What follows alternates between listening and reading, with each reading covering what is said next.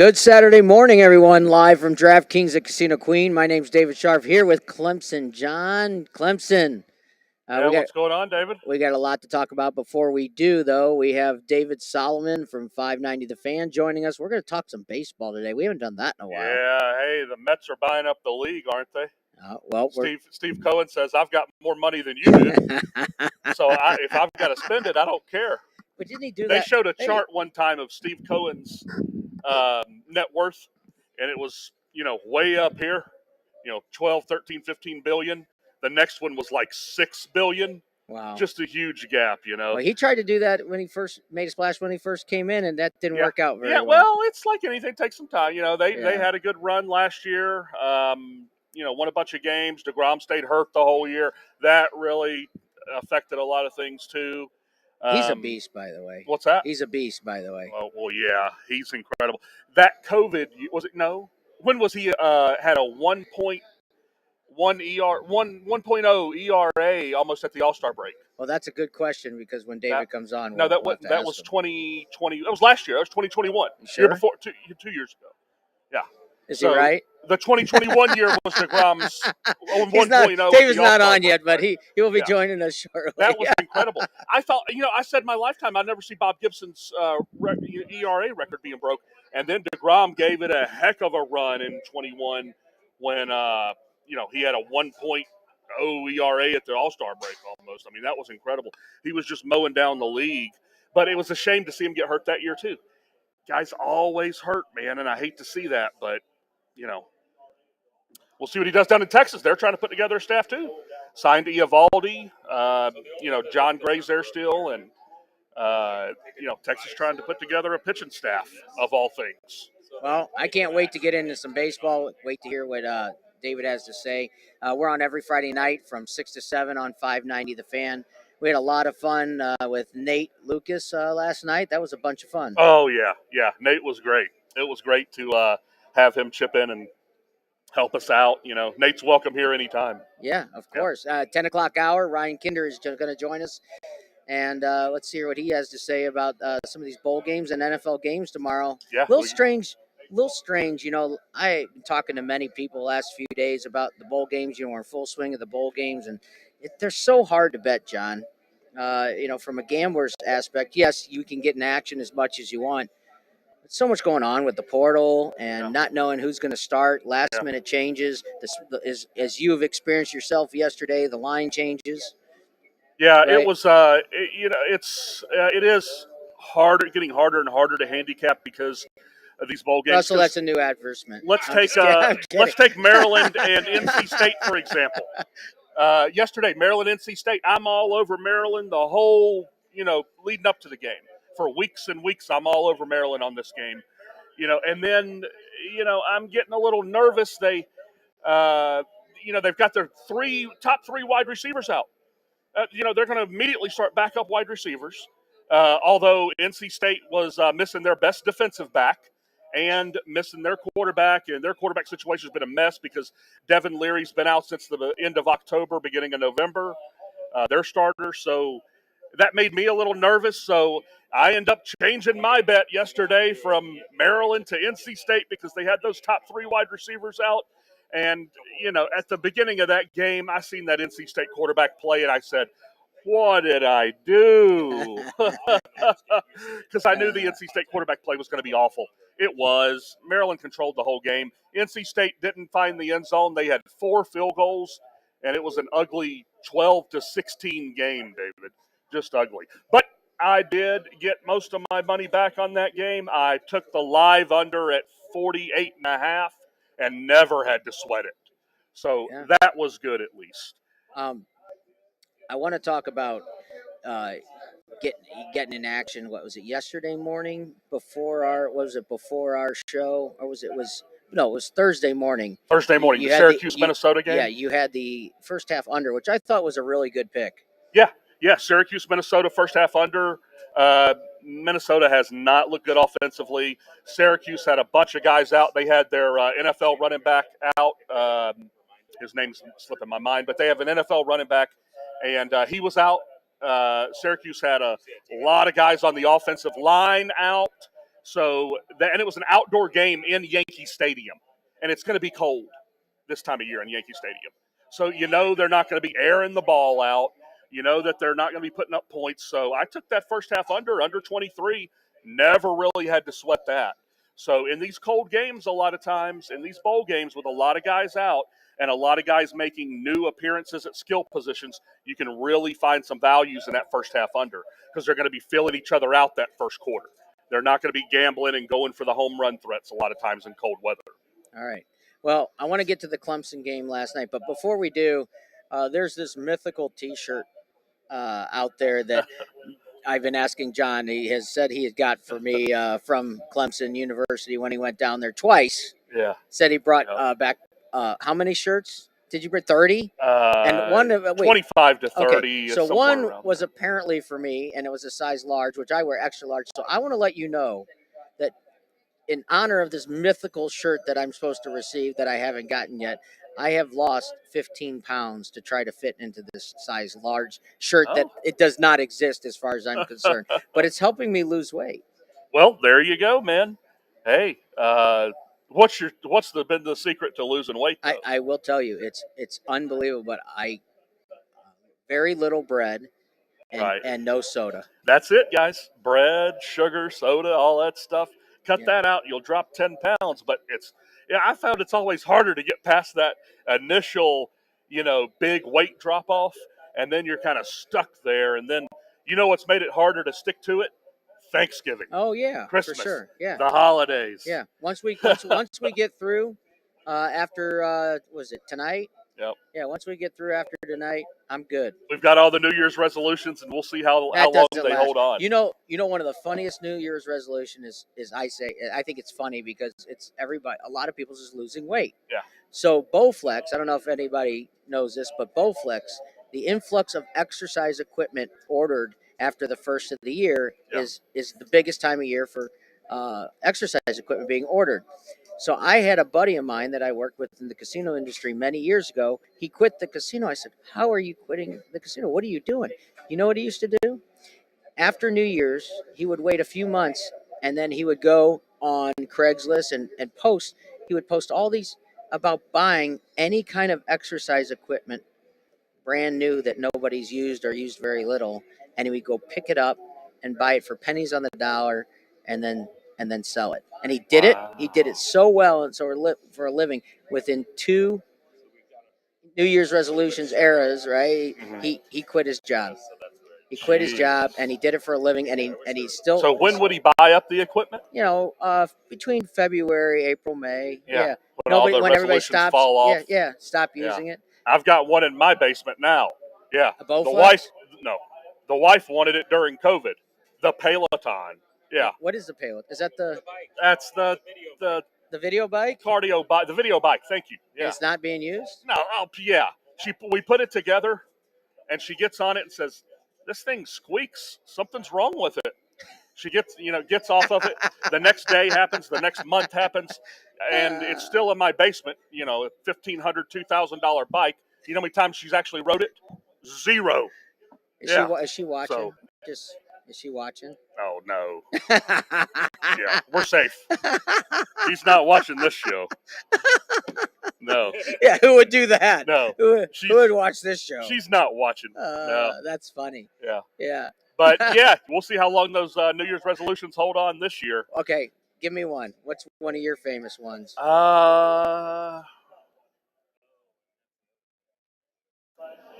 Never really been a big resolutions guy. No? No. Not even one?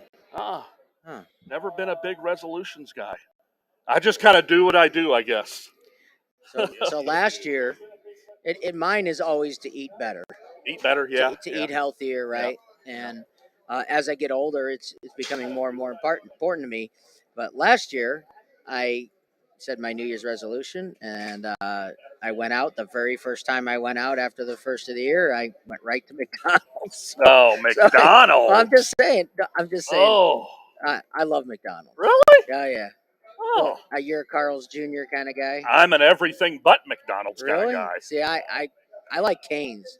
You like Canes? Yeah, they're good. They're good. I Nothing love. wrong. It's all about the sauce, though. It is all Nothing about the sauce. special. It's all about the sauce. No, the chicken Which is tenders nothing's are good. wrong. I like. Yeah, the chicken Fries are tenders are just good. The bread's regular. good. Yeah, they're just good. Lemonade's good. Well, it's hard to screw up lemonade. Oh, I've had it done. Yeah, you can screw up everything, but lemonade, whether it's the Chick-fil-A or the Canes, they're both good. I don't get the Chick-fil-A. Huh? I don't get the big deal about Chick-fil-A. You're one of those guys. I am one of those guys. My wife and daughter absolutely. I think they could eat Yeah, there every day. the spicy chicken is good. I don't get it. It's good. I don't get it. I'm a Yeah. Canes guy all the way. I don't. Yeah, but Canes don't even have a sandwich. They don't even have a Bring sandwich. your own bread. It's 3 tenders together. Or 4. Or Texas toast. Yeah. Yeah, you can do all that makeshift stuff, but yeah. I don't know. That's my New Year's resolution is try to eat better. Here we are talking about junk food. Right. But that's all junk yeah. for sure. So what I usually do, and this normally happens every year, I literally have size 38 pants, 36 pants, and 34 pants. Yeah. Pants. Okay. And I have extra large and large shirts. And usually by summertime, I'm in the 34 to mostly 36. Let's be real. Lately, last few years, it's been 36 waist. And then by the time the holidays roll around, I'm going to have to break out the 38 waist. And, I start eating crappy around the holidays. It's a cycle. So that's my New Year's resolution every year. Yeah.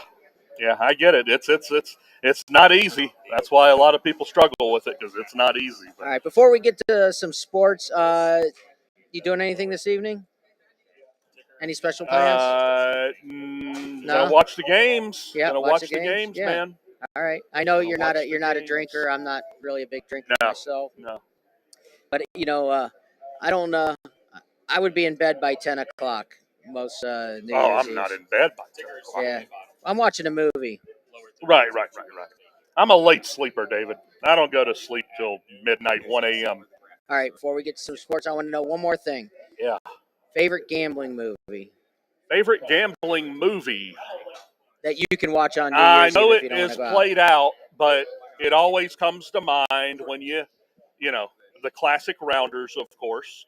That's got to be up there. I know we've all seen it 157 times. Well, if you haven't seen it, you need to. If you haven't seen Rounders, somehow, it was made in 1999, but a movie that was well ahead of its time. I want to look this up. I think it was 1997 or 98. I think it's 99. Look it up. Wait, over under. I'm laying at 1998. I think it's 99. I think it's 97, 98. Let's look it up. Yeah. Let's look it up. All right. Any other gambling movies? Matthew McConaughey, Al Pacino. Great movie. Two for the Money. Two for the Money. Two for the Money. If you haven't Great seen that, movie. you're a sports gambler. How can you miss that? Yeah. What year was that? 2004 or 3. We're going to have to look right after the Bucks won the Super Bowl. Right on the over-under. 1998 film. God, he got me. It's 98. I thought it was 99. Oh, okay. I saw it in the theaters. Win one for the check. One in the David column. Well, for that I one. will give you a little reprieve here. Huh? I will give you a little reprieve here. Yeah. You were a teenager back then. I was 13. I was watching it. I understand. I was not 13. Well, still, it doesn't matter. I got a memory at 13. I got a memory at 13. Heck, that was some of the greatest years, man. We could go back there, right? But anyway, my first memory of being able to remember a football game, really, I was 4 years old. Deion Sanders, Florida State Clemson, the Punt Rooski. The Punt Rooski. Do you remember the Punt Rooski? I have no idea. Look it up, guys. The Punt Rooski. Bobby Bowden coming in to play Danny Ford and Clemson, top 5 matchup in the Valley. He ran the Punt Rooski, which he snaps it to one of the guys behind the center, in between the center and the punter, right? He snaps it to one of the up-back guys behind there. He puts it on the ground. Everybody runs to the right, and then here's Leroy Butler. You remember Leroy Butler? Of course I remember Leroy Butler. He played for Florida State. Leroy Butler picks it up right there, runs to the left where there's nobody at, and they pull off the Punt Rooski for a 70-yard gain. A Clemson defender runs him down at the 2-yard line, and Florida State kicks a field goal to win the game. He did that on his own 25-yard line with like 3 minutes left. He ran a punt Ruski. That thing goes bad, then it's going to go real bad. Absolutely. But Bowden pulls that off. I remember that, and I remember Deion Sanders just running his mouth to the student section at the before the game during the Clemson-Florida State game, and then pointing to the other side of the end zone saying, I'm going to run back the kick. He catches it, takes one step toward the middle of the field, sidelines, gone. Yeah. Yeah, I remember Deion Sanders. First memory. Anything on the chat? If not yet, guys, whoever's watching, ladies, come on. Best gambling movies that we haven't mentioned so Two far. for the Money, the Rounders. Money. Let's see, Two for the Money what was year was a Box off. 2005. I was off a year That's on that okay, when you I said did 04. You're doing that's good. Yeah. Right? Yeah, I remember the Buccaneers Super Bowl was in that movie. They were talking about the Buccaneers Super Bowl over the Raiders. So, yeah, 2005. Like total. I mean, who knew that Al Pacino was a total degen in that movie? Oh yeah, that was a great twist. That was a great twist. I love that. Let It Ride. If you haven't seen it, you have to see it with Richard Dreyfuss, Jennifer Tilly. Oh yeah. You have to see that. And then of course, Casino. Robert that was great. Yeah. That was a 1995 I watched movie. Casino actually a couple weeks ago. I watched it again. Would you consider Rain Man a gambling movie? No. Okay. I wouldn't. Not really. I wouldn't either. Not enough gambling. No, just one scene, but it was a great scene. Yeah. It was a great scene. No, but I mean, fully dressed about The Cooler. Have you ever seen The Cooler? No. Look that up.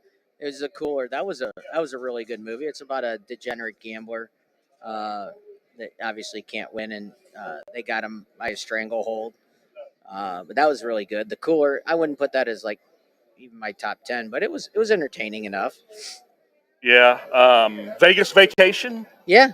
Oh, okay. Yeah. Why not? Yeah. Sure. Yeah. Especially anything with Chevy Chase, man. I'm gonna like. But yeah, as far as gambling, and there's so many quotes that are said, throughout being around the gambling world that are used from all these gambling movies. And they never get old. Oh yeah, Pool Hall Junkie, of course. Very good, Walter. The Cincinnati Kid. Yep.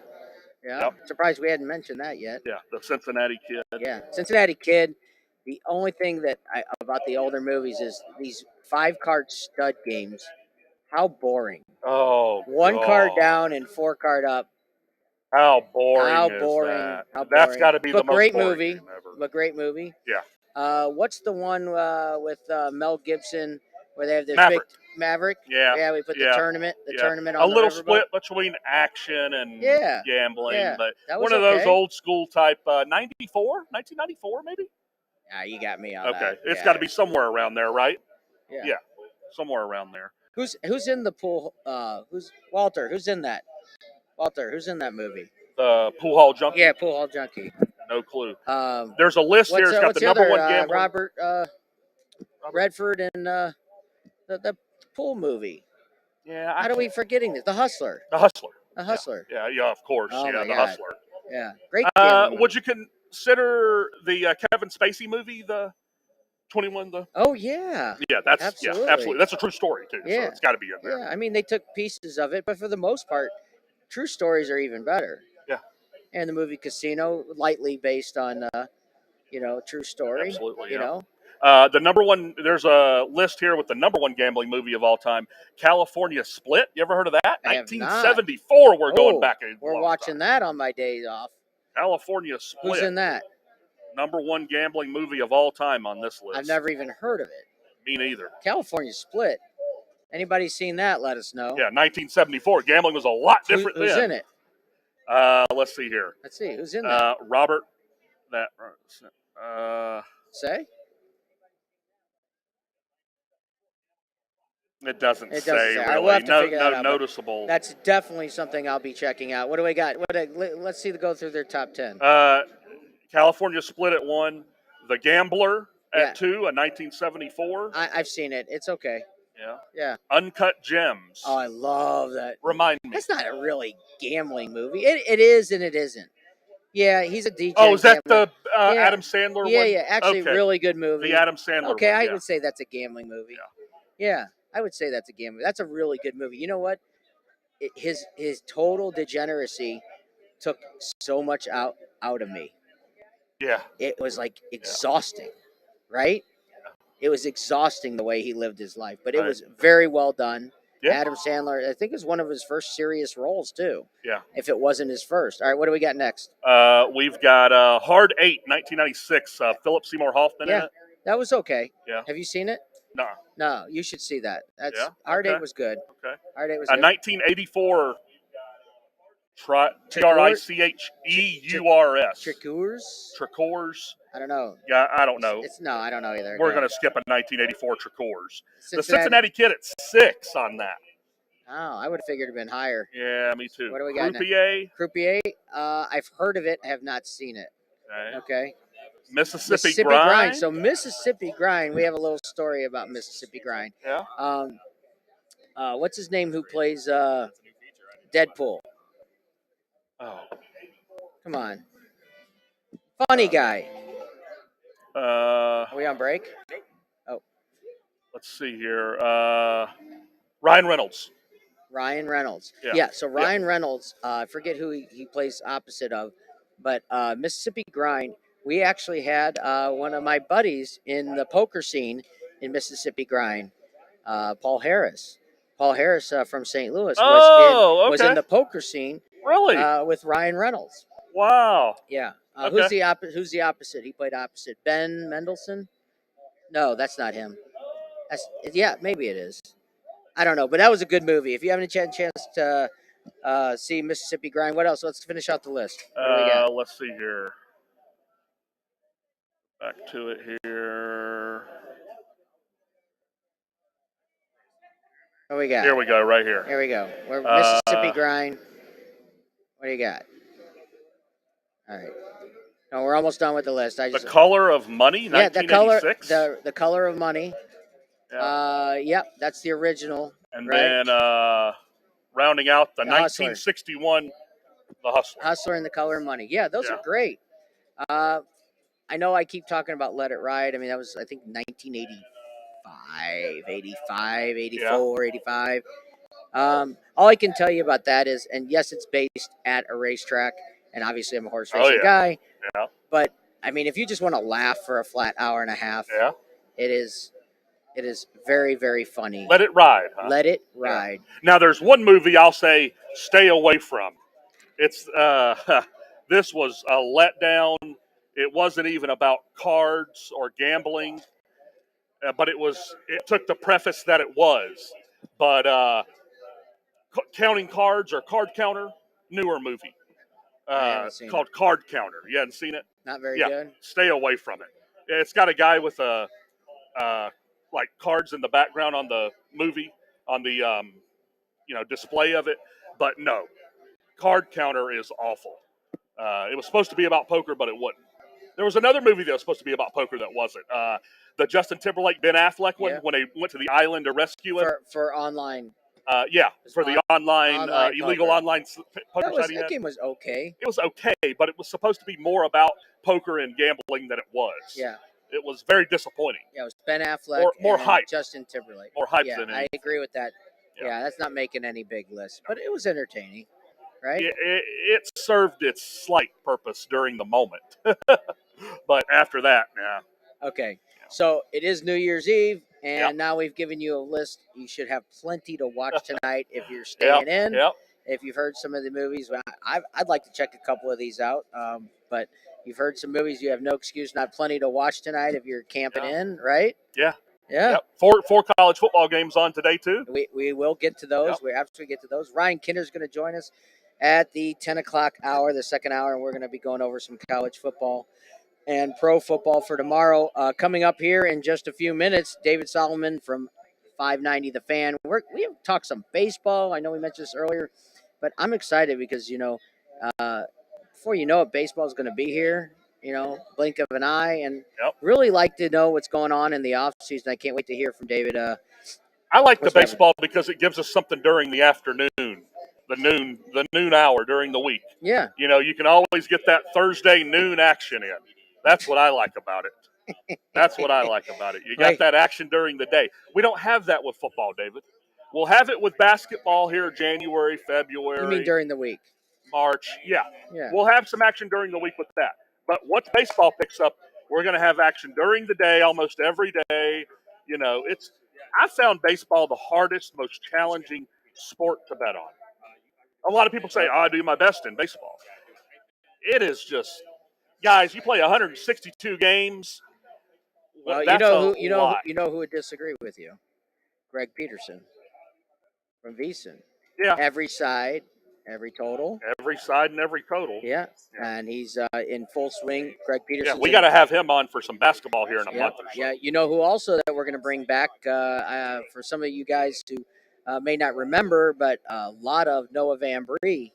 Yeah, Noah Van Bree, sharp. Noah's always sharp fun, man. Noah's always a good time.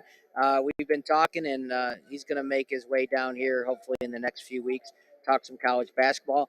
I'm planning on having our second annual belt challenge that for March Madness. for March Madness. Boy, that was a lot of fun. Who's got the belt? We have to order it. Oh, okay. The second annual, we have to order it, and we're going to order it way in advance. But we are going to be doing another bracket, our second annual winning ticket bracket challenge. And if you haven't had a chance to see our bracket from last year, man, that's the real deal. 6-pound championship belt. Yeah. It's always fun to win the belt. We had a great turnout last year for our contest and for the bracket challenge. And man, that's a lot of fun. We're going to do it again this year. So we'll give you all the details when it comes. But it is right around the corner, man. Yeah. I mean, we're heading into January. Next thing you know, March Madness. I mean, we're right there, right? Yep. So I will not be here in, I believe, 5 weeks. I'll be heading back to Oaklawn Park Racetrack. Oh, okay. Yeah. Back in the Arkansas. Back in Arkansas. Hot Springs. Yeah, Hot Springs, Arkansas. I'll be picking up some content while I'm down there. I'll be happy to share that with all of you, for all your horse racing people. It's very exciting for me. When's the last time you've been to the Derby? I've never been to the Derby. You've never been to the Derby? No. So when I talked to our good friend of the show, James Scully, rider and head handicapper for Churchill Downs Incorporated, he has told me if you're going to come, the 150th running of the Kentucky Derby is not this May, not this upcoming May, but the next year. They have done millions and millions of dollars. I don't know. I think it's like, I can't even say how many renovations to Churchill Down, which is much needed. Really? But they have changed the paddock where you can actually sit while you're eating and glassed in while they're saddling the horses for the Derby. And I don't know when to know what those tickets cost. Yeah. But he has said, hey, if you're going to come for your first Derby, come for the 150th running of the Kentucky Derby. And I think that's going to be, I'm going to hopefully, and I don't know, I can't make any promises, get us some press passes, go down there and do our show from the Derby. Maybe not on Derby Day, but maybe the day before day before that. So you talking about this coming Derby? No, a year from 24. Yeah, so you're talking about me doing the Derby, me going there for the first time. I think When's the last time you've been to Churchill? Oh, you never been? No, you've been to Churchill. You've never been to the Derby. Never been to Derby. When's the last time you've been to Churchill? Before COVID. Before COVID, okay. Yeah, I actually went to the Breeders' Cup. Walter, my man Walter, is watching. We went together. Oh, really? My friend Chris Riffey. Yeah, we had a blast. We went for the weekend. The only thing about going to Breeders' Cup, at Churchill during the fall is you never know what kind of weather you're going to get. Yeah. One day it was damp and cold, and the next day it was okay. Yeah. This past year it was at Keeneland in Lexington, and it was absolutely beautiful both days, which is so rare. Yeah. So I always say next year it's at Santa Anita Park in lovely California, and I'm planning on Wasn't it in California last year? No. Where was I that? just said it was at Keeneland in Lexington last year. And I think they just need to go back and forth from California to Florida, and they don't have to worry about weather. That's why they do. That's why a lot of the college football bowl games are in warmer weather. Yeah. Because of the attendance and stuff like that. You don't ever get the college football national championship game in New York. Yeah. I mean, which would Not would going to happen. probably draw a big crowd. Huh? Which would probably draw a big crowd in New York. It Yeah. probably would, no Yeah. matter what But the it's weather. all weather dependent. Yeah. If it's some blizzard, then you can't do it. Uh, That's why it's a chance you're taking. They want to make sure they get their money. Okay, listen, we got to take a quick break. When we come back, David Solomon from 590 The Fan's going to join us. We're going to talk a little baseball. We'll be right back.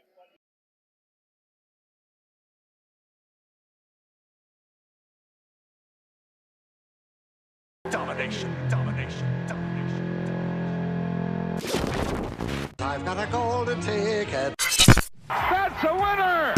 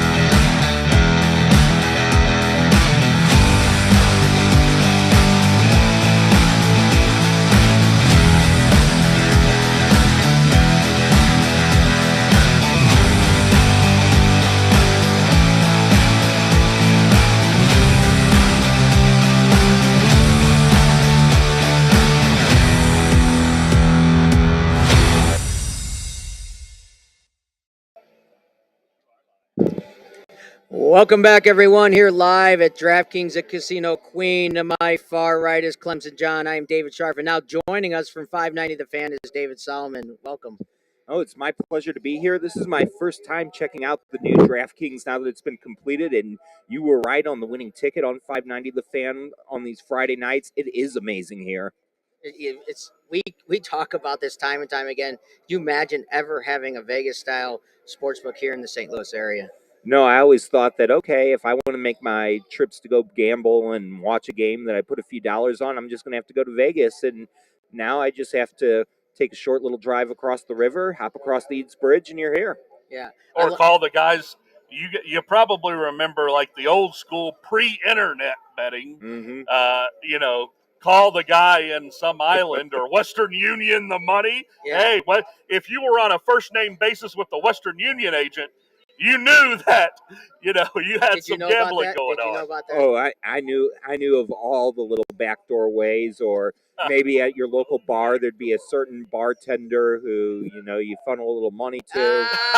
I love it, David. That's fantastic. Now, wait. In my case, Yeah, guys, people in their early 20s know nothing about it. Well, but I have to say, in my case, I'm going to take a step back. Allegedly, I know about these things.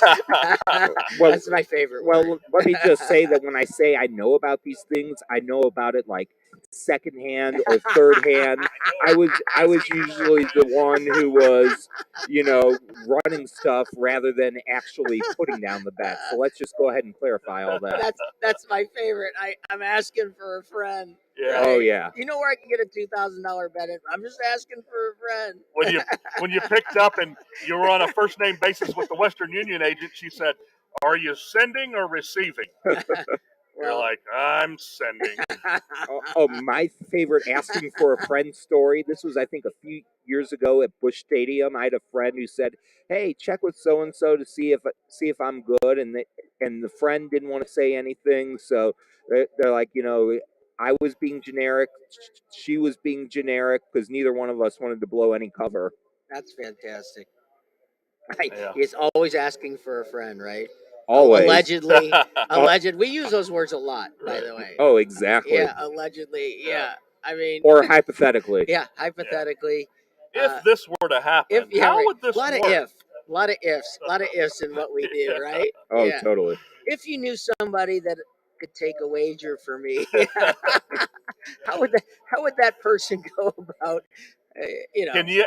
Can you imagine the phone calls our man Pete Rose made in the 80s? Oh, Oh my. so here we go. Baseball guy. David's a baseball guy. We love all sports and we love betting on all sports. So let's start off with Pete Rose. This is one of the things that I was going to ask you later. But how do you feel about Pete and getting into the Hall of Fame? What are your thoughts? Oh man, I mean, it's Pete Rose has blown so many chances. I mean, if you were to take me back 15 years ago, I would say Pete Rose should be in the Hall of Fame. Pete Rose deserves it, but he has just bungled chance after chance to try to show that he's either shown a little bit of remorse or maybe changed his ways. And now I don't think it's as much the betting on baseball. I think it has much to do with, again, our favorite word, alleged affair with a 16-year-old back in the day that was allegedly below the age of consent. I think that's as much keeping him out as much as his lack of admission or remorse for betting on baseball. I think it's a combination of factors and kind of that arrogance to him that's keeping him out because I think he deserves it. I'm not one who really believes that people should just be banned for either let's just put it this way, banned for allegations. PED era, if you didn't get docked with a suspension, and even in the days of a suspension, if it was 2005 and I thought that I could help my team and all I'm getting slapped with is 10 games, you bet I'd be taking the suspension. 100%. So I can't fault people for doing what it takes. The punishment fits for itself. But I think nowadays, when you have guys who are missing half the season and ineligible for postseason and they are doing things that can hurt their teams, I think totally nowadays you can make an argument that if somebody gets dinged, maybe you don't consider them in the Hall of Fame. But if we're talking about guys in the Mark McGwire era, I think that if they could play the game, they play the game, let them in unless they committed just a really heinous act. And for what it's worth, Joe Jackson needs to be in the Hall of Fame too. Yeah. So let me ask you. Let's talk about PDEs, right? Yeah. Let's talk about that. I may have a little different viewpoint on it, but I think it's like some got caught, some didn't. But I think it's like kind of like the cycling era, right? Everybody exactly. was doing it, and you still have to hit the ball. You You still have to hit and catch the and play the game. Maybe I'm yeah. Okay, it's an enhancement. I don't know how you. I have no problem with it personally. well, I get it, but we don't think Barry hits 750 home runs without it. but he may have hit 500. Right, exactly. You have to factor that in mind. And look, these guys are getting paid nowadays. They were towards the end of the PDA era before they came up with all the rules in place. Guys are getting paid millions to win. I mean, Bob Gibson even said that, heck, if they had steroids when he played and other guys were doing them and there was no penalty, he'd be doing them. They were doing whatever it took to win. It becomes an issue if you're either circumventing the rules or you're hurting the team. Do you think baseball turned? I mean, I think they did, but do you think baseball turned a blind eye to it in the mid '90s after the strike? Oh, absolutely, and absolutely. That didn't help the cause either. I mean, I was, maybe growing up as a kid, I don't know if I was naive. I don't know if I maybe got a little bit of inside information from a grade school classmate who was the son of a player, but I always was under the impression that sure there were guys using steroids. At the time, I didn't realize what all that entailed or why or that they were illegal per se. But I just was under the understanding that hey, if you're an athlete, you might be, doing things or supplementing and doing whatever it takes to win. I never looked at it any differently. Mark McGwire didn't change in my eyes when he revealed he was using steroids and all. So you know what? If you ain't cheating, you ain't trying, and it's only cheating when you're caught. Yeah, I mean MLB ran campaigns that commercials that was all about the long ball. Chicks dig the long ball. Oh, exactly. The Tom Glavine, Greg Maddux. Yeah, they were promoting it. Exactly. And, I'm not going to lie, it saved baseball. And for the Cardinals, it gave Walt Jocketty and Bill DeWitt a nice little 3-year rebuilding window when they, 96 wasn't sustainable. So it gave them 3 years where you could pretty much sell out Busch Stadium while you had a crappy product on the field. Yeah, yeah. All right, before we get to now off season, which I really want to talk about this off season, is there a favorite year you have with the Cardinals, a favorite team? Favorite team. Now, are you talking about as a fan or covering? I would say let's go with both. What's what we won and then the other. Okay, I still look back nostalgically, whether it's covering or, you know what, even as a fan, that 2004 team, I know they didn't win it, but you had such a great group of guys. Yeah. It was a strong veteran group. I mean, 11 was a fun group too, especially in the last 2 months of the season, but that '04 team, I mean, Matt Morris, even though by '04 and '05 he was kind of starting to suffer injury problems and get a little washed up, but he is just one of the greatest guys. You had Carpenter at his prime, and then that lineup, especially once they added Larry Walker, where you pretty much had an all-star caliber player at just about every position. It's going to be hard to top that 2004 team that won 105 games and just flat out ran out of steam in the postseason, and maybe should have had Danny Herron starting a game in the World Series. David, you cover every single game for the Cardinals. Guys, anybody has any questions for David, please text them in to our chat line. While we got David here, I want to talk about this offseason. I follow a lot of different things on Twitter and social media, but all I get is these potential trades and who would you give up? I mean, it's a lot to follow, and like a lot of these things, like I would never give up what they're asking for. What do you see happening, or what do you feel like has already happened? Are you good with the catcher position now? I am good with the catcher position. I think Mo did a great job of recognizing the market. I know in the end, and we'll be touching on this probably a little later too, that Braves didn't give up too much for Sean Murphy. But for teams like the Cardinals and the Cleveland Guardians, the A's were asking for the sun, the moon, and the stars for Murphy. Yep. So you weren't going to get that. You didn't know what the Blue Jays were going to do with one of their 3 catchers. So I think the Cardinals made the prudent move.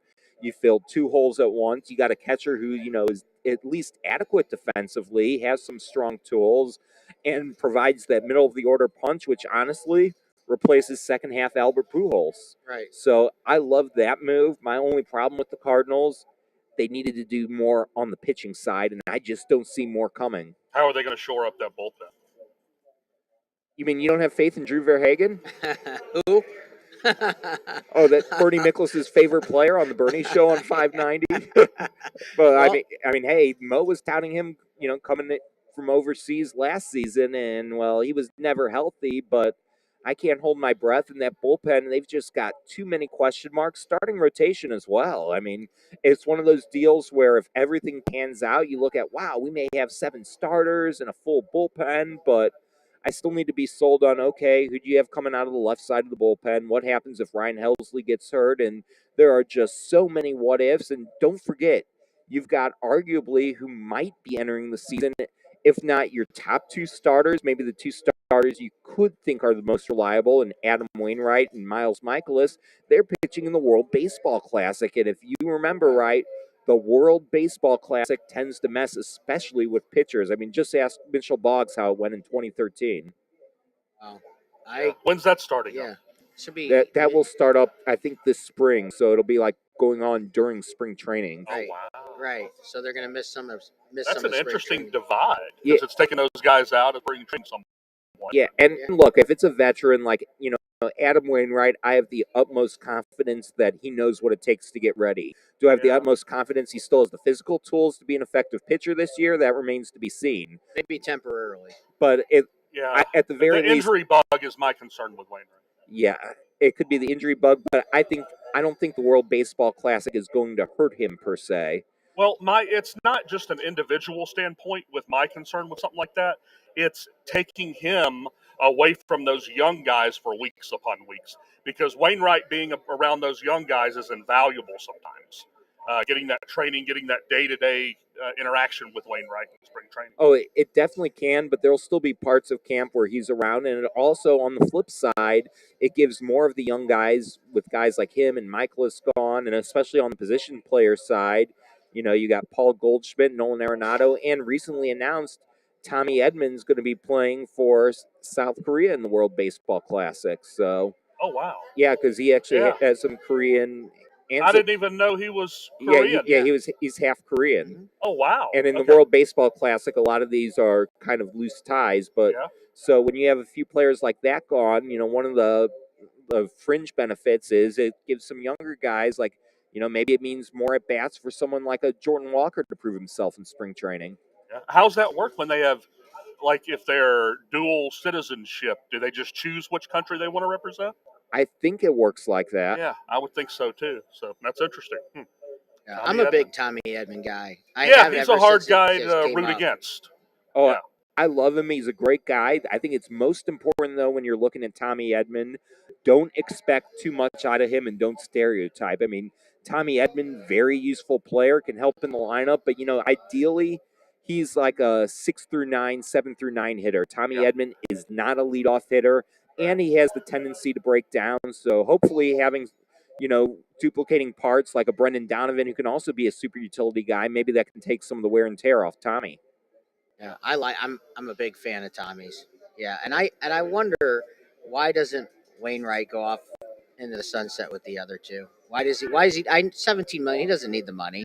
So I think the end of last season left a bitter taste in his mouth. I think if he finished last season strong, or the Cardinals made or won the World Series, then he might have gone and retired. But I think Adam Wainwright left last season with a giant question mark, and he needs to prove to himself that, hey, I can still do this. I'm going to go out my way. I'm going to go out on top. And plus, it gives his kids, especially his youngest son, one more chance to see dad pitch and maybe be around the sport. yeah, I get it. You do something your whole life. It's also hard to give up. Yeah. Right. These guys have that look at Tom Brady. desire. He's got nothing else to prove. Yeah. And That here he competitive is, desire, right? you see it with Brady. You see it with Jordan coming back with the Wizards all those years ago, and Wainwright coming back now. It's just these guys have the great ones always have that competitive desire. Always. And sometimes there are other factors. Like, it's funny you brought up Tom Brady, because him coming back this year almost reminds me of Bob Gibson in 1975. And for the record, I was not alive in 1975. But in 1975, Gibson was pretty much done, but, he kind of still needed baseball because his marriage was falling apart. He was going through a divorce at the time. Yeah. And look at what happened with Tom Brady. Look at how he came back. The only thing you've ever known is baseball. Yeah, and then Brady, if he's getting a divorce off the field, football's probably his one break from, all the mess that comes with a divorce. And when you're divorcing a supermodel like him, I can only imagine what it's like. Well, the public scrutiny with it. Exactly. That makes it even harder for sure. And he says he still wants to keep going. Right? I remember the famous quote from Gibson when, as far as finally retiring, when he could still throw 90 or so. The guy could still bring it, but he said, "Yeah, but it's straight as an arrow." And these guys will kill a 90-mile-an-hour ball straight as an arrow. Oh, exactly. Not to mention his knees were going. And when you have the son of a game show host taking you deep for a grand slam, it's time to go. And that's Pete Lecoq, the son of Peter Marshall of Hollywood Squares fame. I love this. We're going to find out stuff we've never even possibly. The son of the host of Hollywood Squares took him deep for a granny? Yeah. Oh, no. In his final appearance. Yeah. Wow. That's time to hang it up. I would have never known Pete that. Lecoq. Wow, never heard it. That was 75? Yes. Wow, 1975. Yep. So I have a question for you, and we've kind of already been covering this a little bit, but Pat Perry, who's a former reliever in the 80s for the Cardinals. I don't know if you remember, left-hander for the Cardinals. He's a friend of the show and a friend of mine. And I was telling him you were coming on today, and I asked him a question. He's like, and one of the questions is, how do we fix the pitching? How do we do that? It's hard because I think you've got to, and maybe it's going to come in an in-season move, kind of like how the Cardinals acquired Jordan Montgomery and Jose Quintana at the deadline. I think you need to really be sound at identifying your minor league talent, who projects to be successful at the next level, and who might just be all hype and kind of fizzle out, or maybe have an injury risk. Look at kind of how, Alex Reyes, and I know it was a lot physical, how he kind of fizzled out, or Jack Flaherty's never quite hit his potential. You need to look at your prospects. I mean, let's face it, Jordan Walker, he's a keeper. You better be getting a bona fide ace. I mean, somebody like a Jacob deGrom caliber of pitcher, young, under control for term, if you're going to give up somebody like a Jordan Walker. But let's say Mason Wynn, he's not necessarily a sure thing. Is he going to be a shortstop? Is his back going to play well enough, or could his future eventually be on the mound? You don't know. I mean, you bundle guys like him and maybe make a run for a pitcher at the deadline if there's a team falling either out of contention or know that they can't sign anyone, because I just don't see that there's not much left on free agency. I mean, are you going to get excited over a Michael Wacha reunion, perhaps? No, I mean, I'm not. I now personally, if he were coming back as like the bullpen coach or something, it'd be great to have Michael Wacha in town. He's a great guy, but somebody along the lines of a Michael Wacha isn't going to be the answer to help fix this pitching staff. Someone needs to step up and be a bona fide ace. Kind of like what Jack Flaherty showed in the second half of 2019, but someone who can go deep into games, which I guess in the modern era may be like 6 innings or so. Right. But you need a bona fide ace at the top of the rotation, and you need probably 3 guys who can close games, including at least one from the left side. I'm not saying they're all going to be your closer, but you need that in the bullpen. 3 guys who are at least closer caliber. All right, Jack Flaherty. Let's talk a little bit about him. How long do we have him left? One more year after this? Yeah, I think this is last year before he is eligible for free agency. And I don't see him sticking around. Do you? I do not, just for several And he reasons. gambled on himself, and he's had a lot of injuries since he's gambled on himself. He could have tied up a pretty good, young deal, right?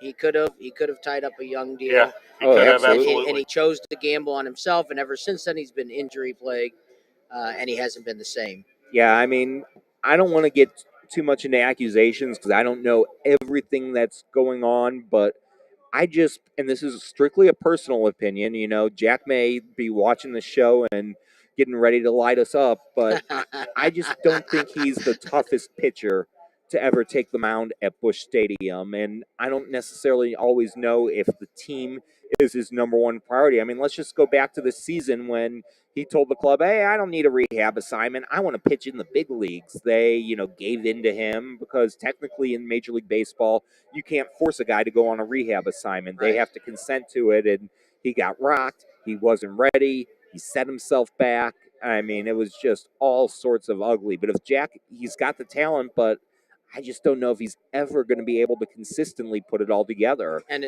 the money he's going to demand, we're not going to pay it, right? With his history. I don't see it. But that said, if for some reason Jack Flaherty contract year decides that, hey, I'm going to take the second half of 2019, put it together for a full season, throw 175 innings, which I guess in the modern game they consider that an innings eater. But if he does like 175 innings, pitches, 2-something ERA, strikes out 200-something batters, then he's going to be in for a sizable payday. I mean, look at what Carlos Rodon got with his injury history. Yeah. John. Is anybody left in the free agent market? I mean, Syndergaard went to the Dodgers, I believe. I mean, you're pretty much on the free agent market left with low-hanging fruit. Yeah. Charlie Morton's gone, isn't he? Yeah. Yeah, AT. Yeah, I mean, I don't think there's anything left. You see a guy, I wish the Cardinals would have picked up a guy like a Chris Bassett. You could have gotten him for... Oh, I would have liked him. Yeah, $15 million a year or something. That's doable. $15 to $20 million a year to pay these guys. Lock them up 3 or 4 years. Chris Bassett would have been a great pickup. I mean, does Zach Greinke at his current stage of his career appeal to you? How much? Yeah. I wouldn't pay him very much. No. I mean, but does he appeal to you for cheap? I'm not looking at it from my perspective. I'm looking for what's out there for maybe a John Mozeliak. I mean, now look, if you had a very incentive-laden deal, especially like God forbid something happens to Adam Wainwright and you need a veteran to anchor that staff, or let's say he's unsigned going into the season, and maybe you can talk him into maybe coming in for the stretch run to see if he has anything left. Sure, but these aren't guys who are going to make or break you as a team. So that one of my biggest concerns with Wainwright is, not only injury prone, but he just, I almost say like, hey, let's kind of save him for the second half of the season. I know you really can't do that, but I mean, that's when you're really probably going to need him the most, right? Oh, for sure. And I think one thing Wainwright's shown is he's still throwback he can still actually get you through the entire duration of the season. If indeed he was right that his landing spot got and his mechanics got messed up after being struck by that line drive. Yeah. Yeah. Yeah. Yeah. John, you got anything for David? Let's go. What's some of your best Cardinals postseason memories? There we go. My favorite Cardinals postseason memory comes in Game 6 of the 2011 World Series, but it's not what Okay. you think. Okay. This is before David Freese even took the plate, and this had nothing to do in public view at Busch Stadium. Oh, here So, we go. the Cardinals looked like they were losing. So, Nate Lucas was actually helping me cover at a previous stop. He and I were covering that World Series. So we were going downstairs. We didn't want to deal with a security guard on the first base side. So we went down like a third base stairwell, and we're going to cut through that way to go into the media room. So we're walking by the Texas Rangers clubhouse, and they have the champagne all ready to go on ice, beer, you name it. And I turned to Nate because I think at the time I had a BlackBerry and he had an iPhone, so he of course had a better camera. Wow, 2011. Yeah, so Yep. so I tell Nate and I say, "Hey, why don't you take a picture of that?" So he gets his phone out. He's about to, and a MLB executive. She was very nice about it. She wasn't a jerk or anything. She said, "I wouldn't do that if I were you." Basically sending the message that, hey, if you do that, you might be getting kicked out. Wow. So, we didn't take the picture. And sure It's enough. a shame you didn't get it so she couldn't see or something. Yeah. Snuck it in or something. Oh, exactly. And maybe if I'd pressed Nate or if I'd known what was going to happen. Right. But if we had known what was going to happen to have had that picture, because, when David Freese hit the triple, I wasn't out in the stands because it's a mob scene and losing teams, the clubhouse often opens, pretty much like 5 minutes after the final out when it's the end of the World Series. So I wanted to be in position so I wasn't behind a horde of like 100 media members getting in. So I was down in the media room when, Freese hit the triple. So it was like, okay, 10th inning, I'm going to go outside and watch. Texas scores a couple runs. Okay, make my way down. Lance Berkman then, comes through and ties it up again. So at that point in the 11th, I'm like, okay, I am just going to stay out, watch. And sure enough, Freese hits the home run. And I didn't wait. I didn't even really see where it landed. As soon as I saw it was gone, kind of in a similar manner to when Jim Edmonds walked it off in Game 6 of the 2004 NLCS, I just raced through the empty concourse, got downstairs, and got myself into position. Yeah, Jimmy Edmonds was in the old Busch Stadium. Yeah, that was in Busch too, and I was, right in like one of the handicapped areas on the field box concourse there watching. So I was at that game as a fan. And, that was amazing. The Jimmy Edmonds home run one? No. At the, game the 11. Okay, 2011. Oh yeah. And we got last minute tickets to the all inclusive right above third base. Oh, nice. And I'm going to tell you, everybody was leaving. Everybody was what? They're leaving. They're not everybody, but a lot of people. And then when we tied it, people were rushing back into the stadium. Oh, I hate when people do that. Yeah. I've never liked that. Well, it did look bad. I know. Right? Just about every fan base does it, I guess. But that puts a sour taste in my mouth. Oh, I'm the first one. I can't believe it because, as a fan, I'm there, the full 9, 12, 20 innings, whatever you're playing. But sometimes for work, it's a playoff game, I know, fans. but sometimes for work, I've had to, get to games late for whatever reason. Yeah. And I can't believe times where I've gone there in like the 7th inning of, a playoff game, a close game, and you already see fans leaving early. Yeah. So, David, to get to cover the Cardinals, I'm gonna say that's kind of a dream job as far as I'm concerned. Getting to go to every game, every home game, and getting the insight that you get. You got to have a few stories. I don't know what you can share with us, but you got to about being in the clubhouse and being around covering the games. Oh, just share if you can share what it's like to kind of do what you do. Okay, so I'll give you a little nutshell. I'll give you the job in a nutshell.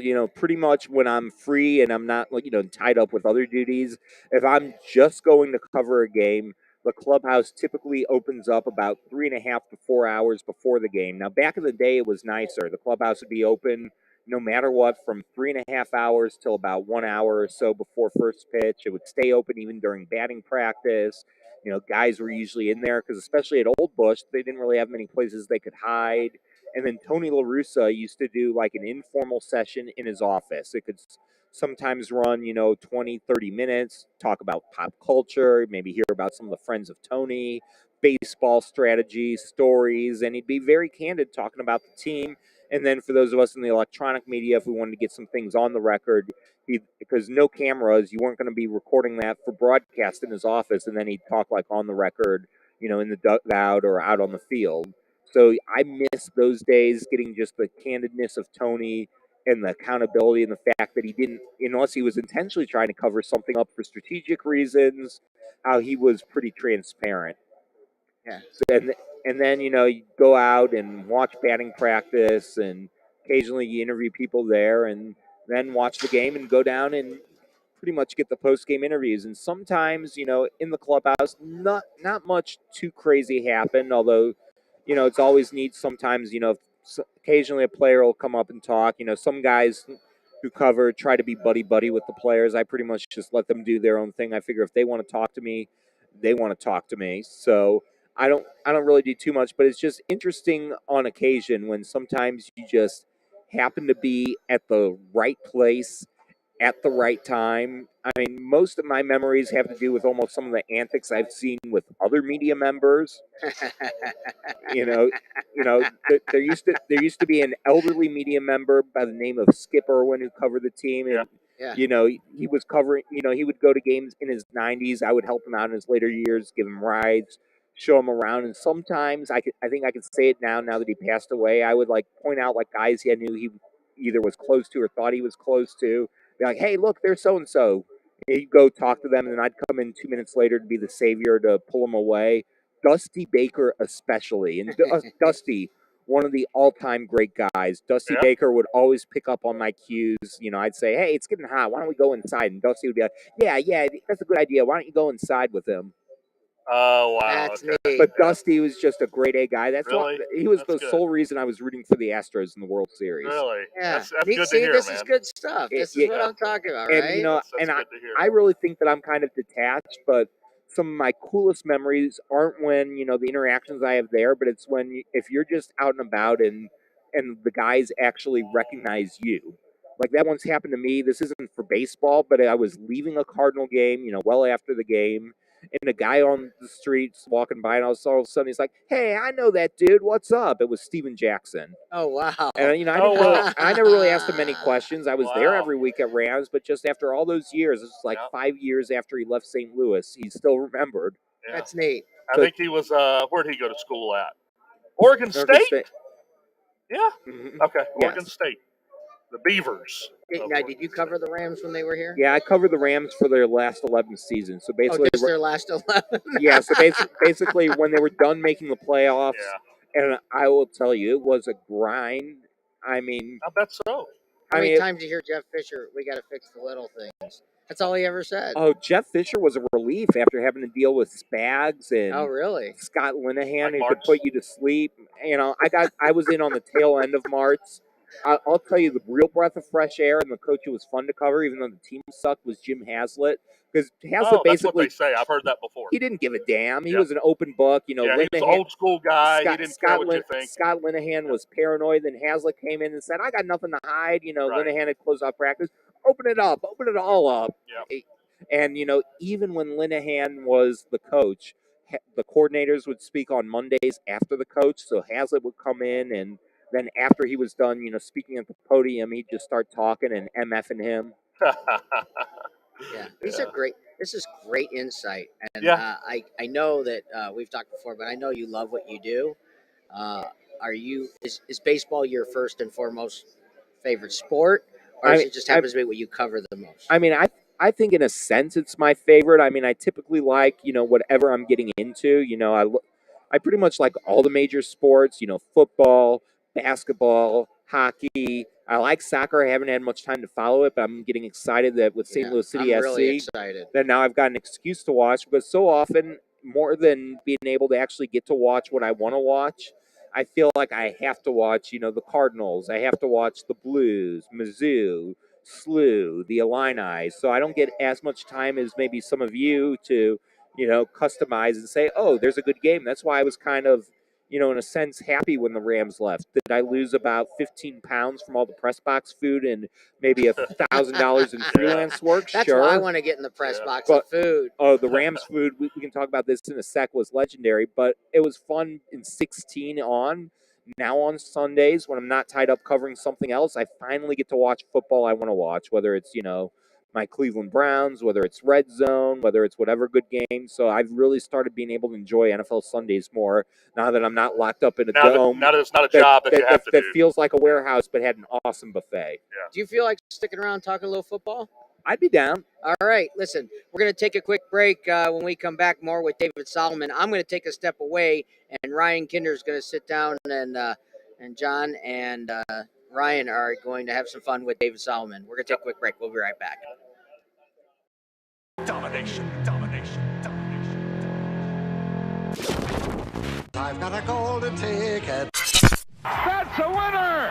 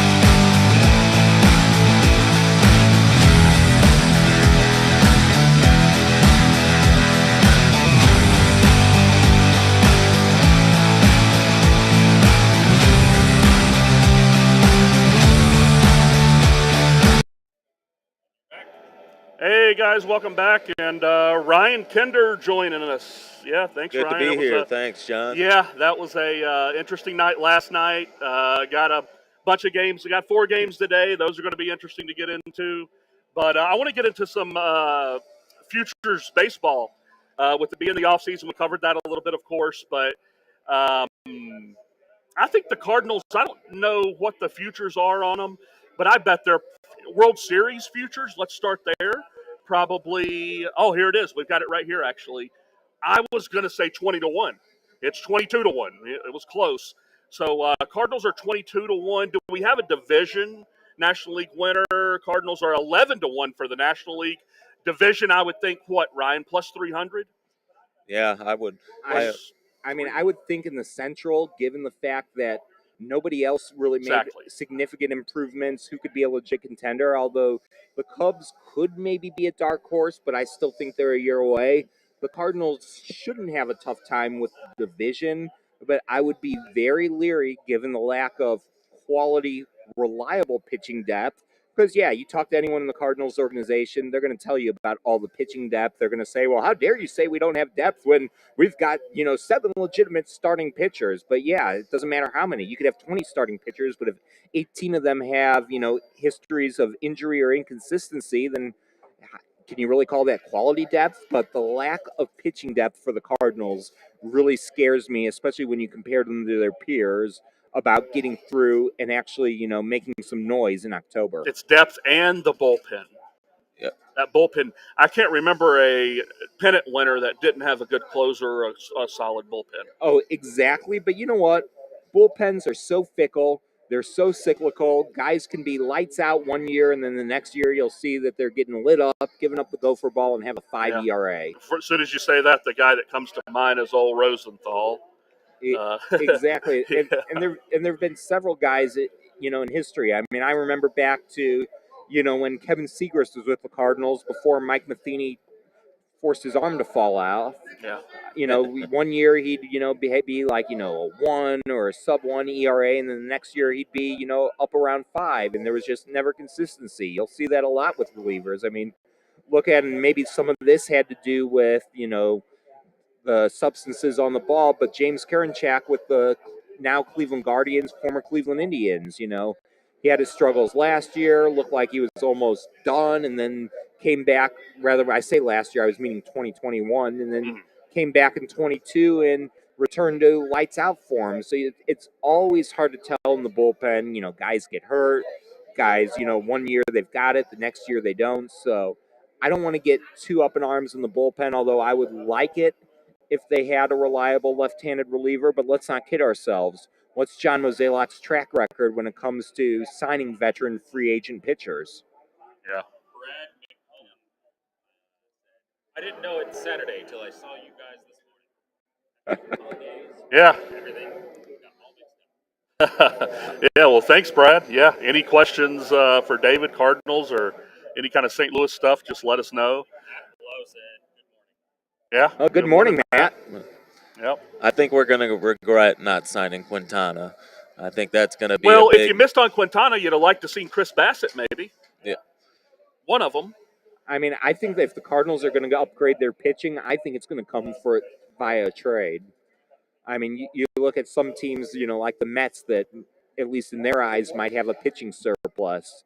I mean, I've always been intrigued by Carlos Carrasco, and I know I got scolded on 590 The Fan last week when I said, "Oh, he's an innings eater who could get you 180 innings," and a texter, texted in the show said, "What do you mean he hasn't thrown 180 innings in 5 seasons?" And he was right because I caught myself with some antiquated thinking. I forgot 160 innings is the new 180 and 180 is the new 200, whatever. But you look at it, and I talked about his durability. Only once in that time was he actually dealing with legitimate injuries. He had the bout with leukemia. I'm sure that something like that. You pray that nothing happens, but something like that could always flare up or come out of remission again. But you had that. You had the COVID year, so there were a lot of circumstances that weren't his fault playing into not hitting that figure. But somebody like that, Has Taijuan Walker went anywhere? Let's see, the old Mets pitcher. He was an all-star at one point. Yeah, he's with the Phillies. Yeah, Phillies. That's what I thought.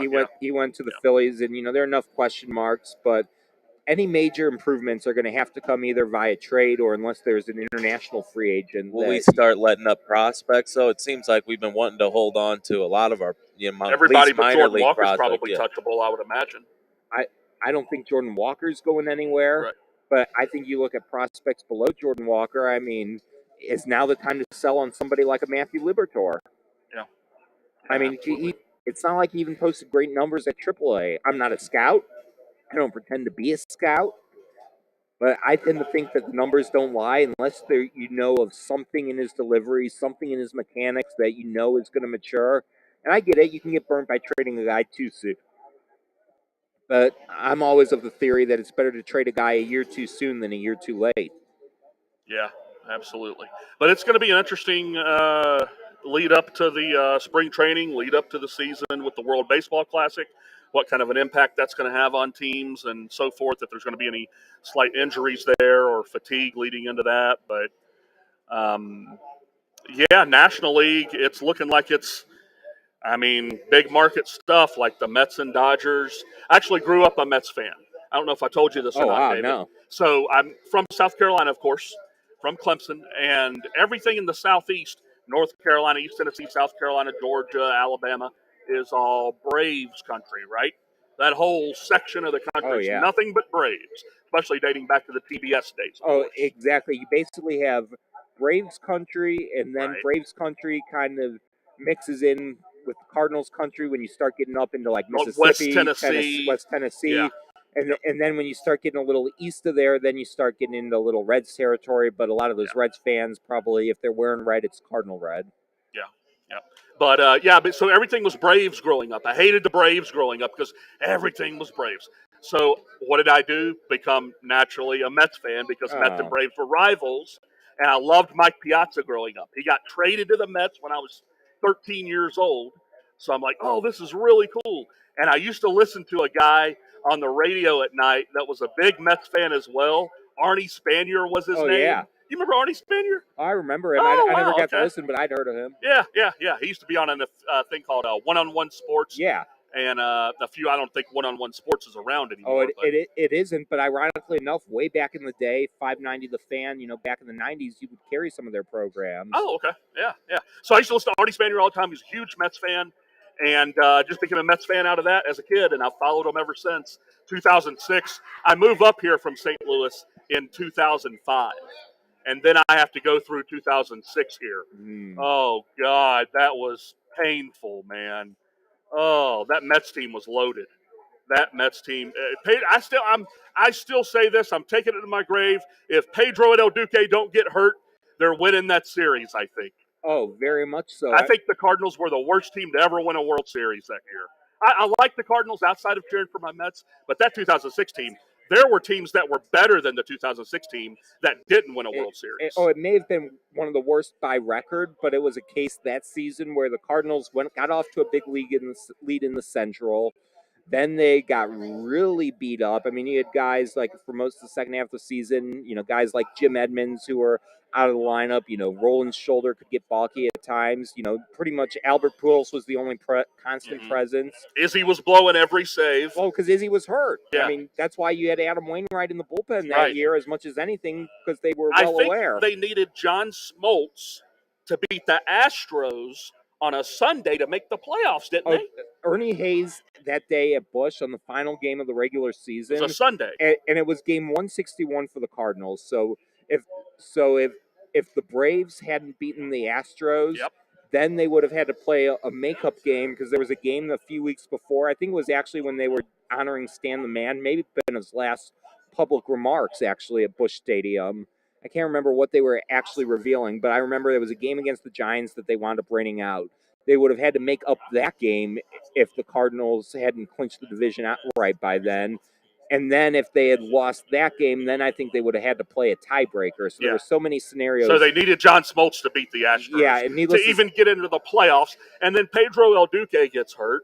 And I'm like, oh, man, that Mets team was so loaded with David Wright, Carlos Beltran, Carlos Delgado, Jose Reyes. Jose Reyes was incredible to watch that year. Was. He had a walk-off balk against the Giants one game. He's on third, dancing around. The guy balks. Game over. That was really cool to see. He turned a single into a double if a outfielder was lollygagging to the ball. He'd go to second in no time. He was fun to watch that year, and it's a shame that my Mets didn't win that World Series because they were so good that year. I remember they opened up 2007 in Busch Stadium. They did to get the Cardinals to get the rings, and then the Mets beat them like 45-10 or something in 3 games. Well, if you remember Chris Carpenter opening night, that was the only start he made. I think he allowed, it was 5 runs in 6 or 7 innings, and then he was done for the most part for the next 2 years, save for just 4 appearances in 2008. Yeah. And that was the beginning of the end. And Jocketty got caught up in nostalgia for the Cardinals, but man, the Mets. They're just a team that somehow just ever since '86 can't seem to stay out of its own way. 2007, they had a huge lead. They had like a 7-game lead with a week and a half left, and they all they need on a Sunday, they need Tom Glavine to beat the Florida Marlins on a Sunday. And you know what Glavine did? He had 1/3 of an inning, 7 earned. The Mets 1/3 with 7 earned, and then the Phillies win the division. Oh, the Mets after collapse. I will just say this to troll you as a Cardinal fan. Yeah, Mike Maroth beat the Mets, and that was about the only team he beat when the Cardinals acquired him. And what year was It was 2007. 7? That was a 2007. That was the Cardinals to try to find anyone with a live arm and who could maybe throw a few innings. They had to get the former 20-game loser. Yeah, and it's a shame that that we didn't win that World Series in 2006, because I think whoever wins that series is going to beat the Tigers. So it's a shame we didn't win that, because now everybody forgets one of the greatest catches in postseason history with Andy Chavez robbing Scott Rowland, doubling Edmonds off first.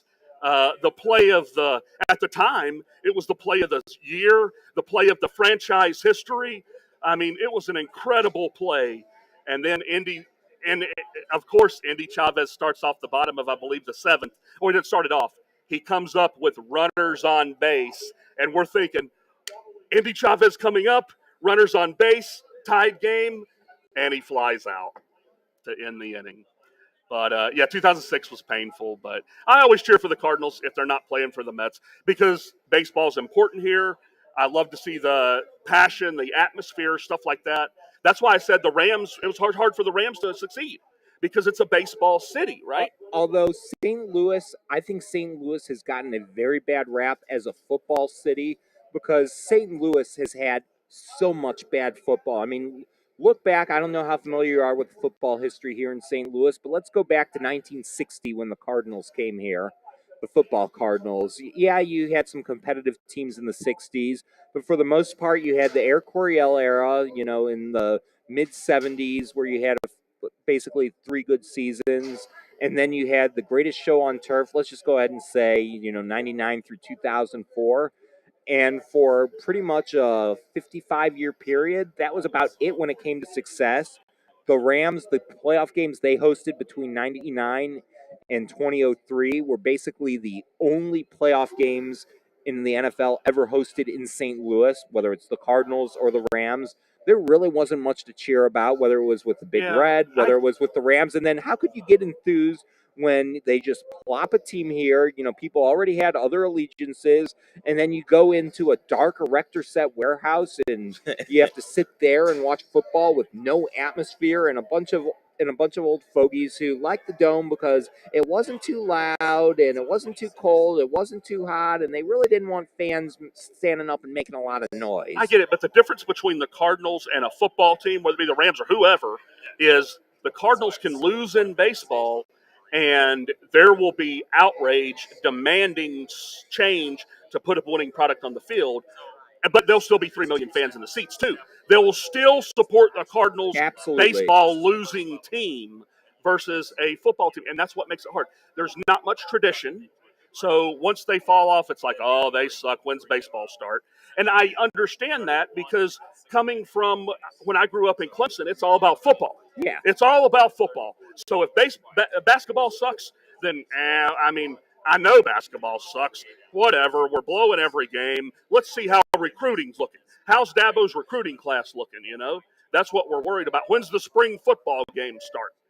It's different when it's what things are important to the area, Oh, absolutely. And, I don't want to necessarily call St. Louis a bad football town, but I will say this.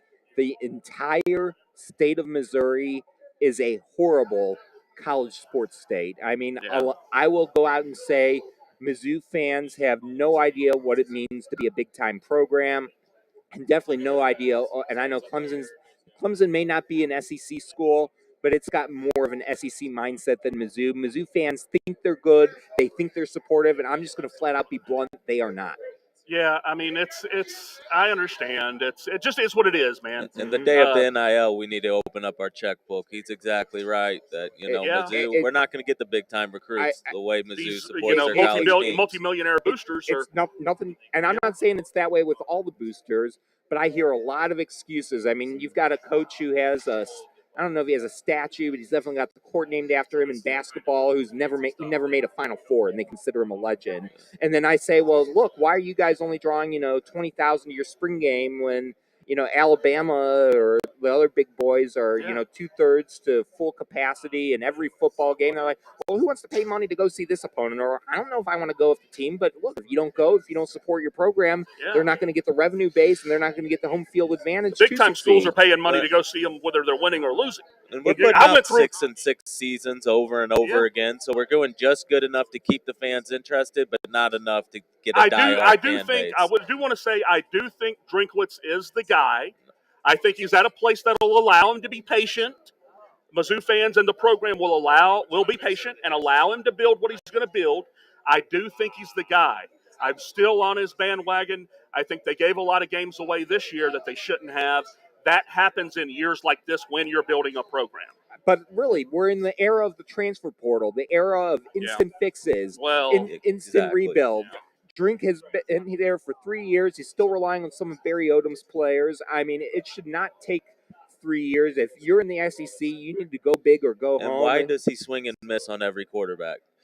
Quarterback wants to come play here. We got Sam Horn sitting on the bench. Our quarterback had a torn labrum all season, it turns out, and we played him. Would you have wanted Sam Horn playing behind that offensive line? I would have liked to see him get a few looks. Why couldn't we got, JT Daniels on the offseason or somebody like that? Why do they not want to come play? I thought Drinks was the QB whisperer is what I heard when he came in to coach for Mizzou, and we can't get a big-time QB to come to Mizzou.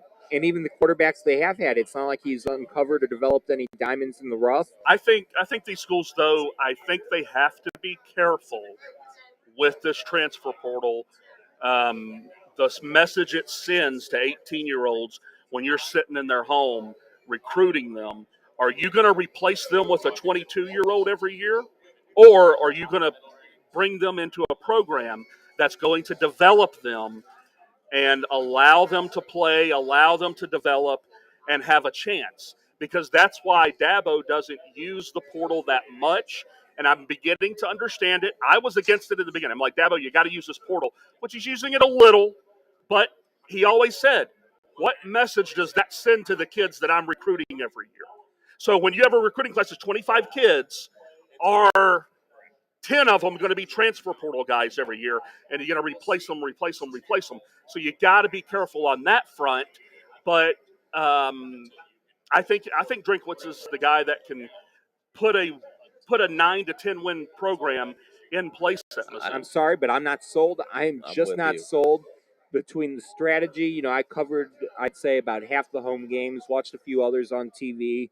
Between seeing some of his in-game play calling, he didn't even get the best out of Brady Cook. That's why he had to give up the play calling. And look, I'm not going to get bent out of shape over a bowl game, as I've been saying on the radio, that unless you're playing in the college football playoff or at least, one of the top bowls, I don't know if you can still even say, but former BCS bowls or bowls that are in the rotation for the playoff, New Year's Six.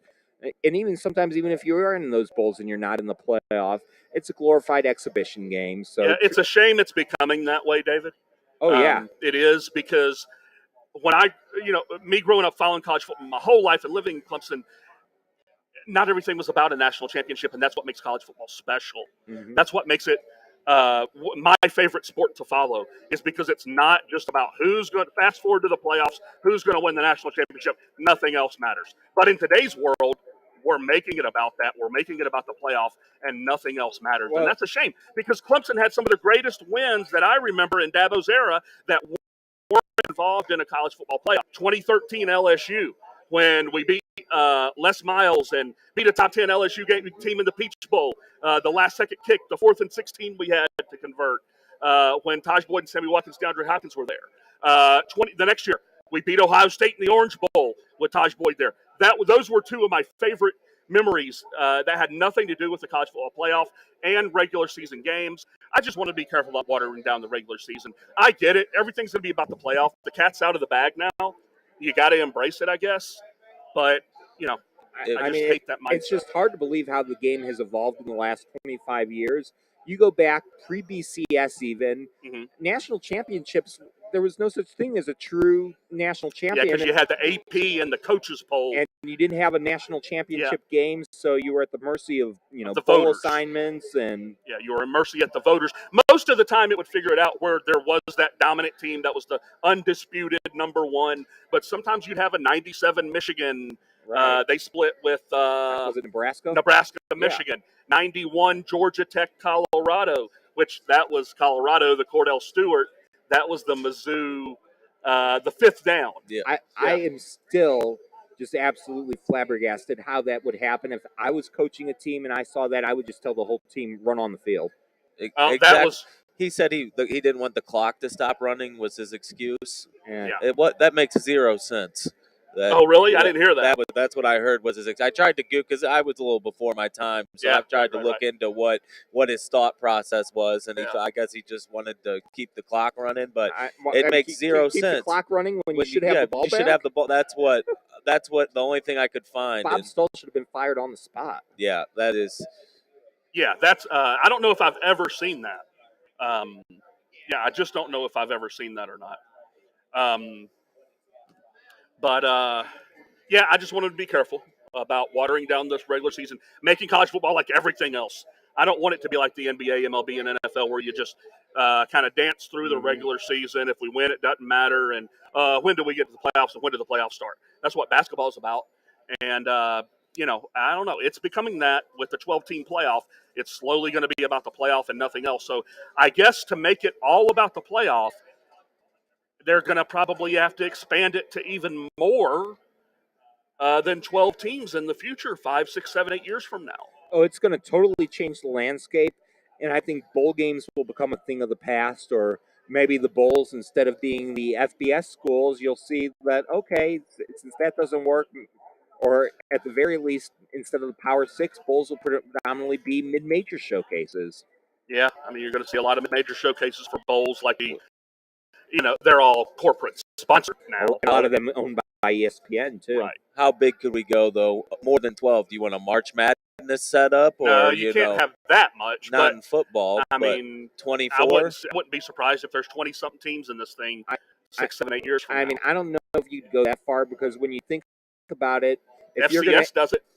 I mean, FCS may get away with it, but the FCS doesn't have as much on the line with schedules and all, because if you go more than 16 teams, you're going to have, and if you still want to have some semblance of a bowl system, you would basically have, the round of 16, the Elite Eight, and then the semis and the finals. So that's like basically 4 weeks of playoffs.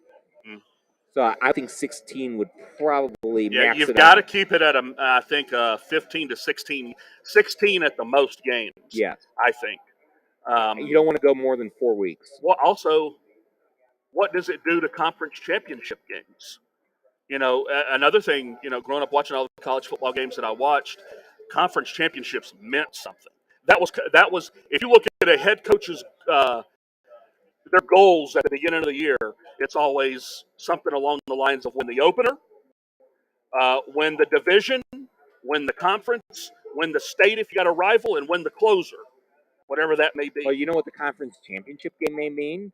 If you expand the playoff to, let's say, 16 teams, or I don't even like bringing this up, but let's say you do think of even 24 or 32, and I know we've got a lot of issues with that, but if you do get to 16 or more teams, then maybe winning your conference championship game means an automatic CFP berth. I like that. Yeah, I think they're doing that already. Not, I think that's with the 12-team playoff. But with that, it would basically mean not just for the Power 5 conferences, but okay, you win the group of 5. Yeah, you win the Mountain West, you win, the MAC. American Athletic Conference. And then you don't have UCF calling themselves national champions when they have an undefeated season. You get to find out. And at the very least, I have always thought that any team in FBS, as long as they aren't, stacking up with FCS opponents illegally or anything, that if any team's, qualifying because of that they should have a way in the playoff. It may be a hard path. You might have to win 3 games when another team would automatically be in as play-in games, but I think you should always have a path to win a natty if you are undefeated, assuming you're playing a legit. Because you can't do more than win every game. Yeah. Yeah. I don't think anybody thought UCF was the best team in the country that year. Or there's always a team that, one team that everyone says, did Tennessee deserve to be in this year? Or you could even look at Cincinnati last year. Yeah. There's always one team that just didn't play a tough enough schedule that, what if? Yeah. That's the way college football is moving. I remember when those teams like Hawaii, and when Colt Brennan was there, they'd go undefeated. But that you look back at Hawaii, and that's one of their best years ever. That's something they're going to cherish forever. That didn't involve a national championship. That is what made college football special, and stuff like that, because it wasn't about national championships only. Um, but that's the path we're moving with NIL and everything else. Oh, it's a totally changing landscape. Yeah, they're going to have to regulate NIL too, because there's nothing that's against the rules right now. Oh, pretty much college athletes have almost turned pro. It's just all the and it's free agency every year. Yes. Everybody's on a 1-year contract, and we get to go somewhere else next year if we want. But you know what? There was rumors. Pat Narduzzi, the Pitt coach, said that he didn't say it who, but he said there were schools trying to poach Drake May from North Carolina, offering him $5 million NIL deals to come to their school. They said that's not true, that the number was lying, but there's nothing to stop them now. Right, and once we open the door, I think it's hard to start regulating it, because now once you allowed it to happen, I think it's too late. I think it's the Wild West now, and it's going to stay that way. Well, they're going to do something. They're going to have to, because it's going to hurt the small schools too. I look at a school like Clemson. We don't have the alumni base. Little old Clemson, they ain't got the checkbook that Michigan, Ohio State, even a Wisconsin or a Tennessee, Georgia, Florida, LSU, Bama. We don't. Texas. Things seem like they're evening out though because of the transfer portal. What's that? Seems like I think things are evening out though because of the transfer portal. These 5 stars that don't come and play right away, these teams are going and playing for these smaller schools. Yeah. Another reason you have to be careful about building your program on the transfer portal. Look at Texas A&M. And look at how many players are in that portal from A&M's recruiting class last year. But also look at Jimbo Fisher's track record too. Yep. I mean, at the end, it's not necessarily about is the portal, is it not the portal? I mean, you could argue, look at Ohio State. They didn't hold on to Justin Fields. They didn't hold on to Joe Burrow, and I think they wound up doing just fine. Yeah, I mean, you're going to have the outliers, but you got to be careful about trying to build your program on the transfer portal or on NIL, because you're going to get kids in there that don't give a dang about the program, and you're going to have Texas A&M all over again. It's easier to say that as a Clemson. I think as a destination that kids want to go, you cannot build. But at a school like Mizzou, we're going to have to take advantage of the transfer portal. But you have to be patient to build a program, though. Yeah. It took Dabo 2008 until 2013 before we were really on that national landscape of respect. But 5 years at Clemson, a tradition-rich program. And 5 years. And I think you could also point to, some of Gary Pinkel. He did make the bowl game, I believe, in 2003, but it wasn't until, a couple of years later that they started consistently. When Brad Smith was there. Yeah, well, it was Brad Smith started it, but it wasn't really until Chase Daniel was ready to emerge that bowl games became regular occurrences, and it's not like, hey, let's throw a party, we're bowl eligible. Hey, hindsight 2020. We lost the Big 12 Who championship. should be the head coach of Mizzou? Hindsight 2020. I guess you're looking at tennis. Drew Lock's quarterback whisperer. Yeah, Heupel. Josh Heupel. Yep. Yes. And he was our offensive coordinator. Yeah. And we've a couple times, and then we got Ryan Walters, this Purdue's head coach. He was our defensive coordinator. We've had a lot of good coaches come through. Hey, I don't know if you ever adapted to the college game, and I wouldn't have necessarily even called it at the time, but hey, Steve Wilkes just earned himself a nice deal with the Carolina Panthers. Not that he seemed impressive in his 1 year, but it's again, we go. It's hard to judge off 1 year. I think they said he had a problem with, the lines being different in college, drawing up the defenses, that the hash marks are in different places, because he was not a great defensive coordinator in college. I was not expecting him to go on and be a pro coach. But you also have to factor in, too, what talent did he have? True. And, was there time to really build guys? And I think he was here during, you still had COVID. Thrown in at the COVID, right, and coming in 1 year. And I think he knew he was just holding down a job till he could get back in the NFL. Yeah. Well, we got 4 games today. Oh, yeah. Yeah. 4 games to get in action today, guys. So, Alabama K-State, first one. Just kind of a strange game. Everybody's talking letdown. I think it's close. I think it's tough to lay the 7.5. I don't really I'm not a fan of going either way, really. Alabama's just been so up and down this year.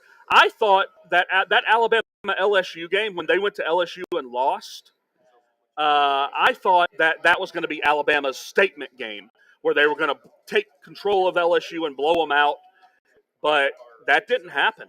It just hasn't really been there for Alabama like it has in years past, and they're laying 7.5 right now. I would take K-State in the points myself. Yeah, I teased it on a teaser. I took K-State up to 13.5.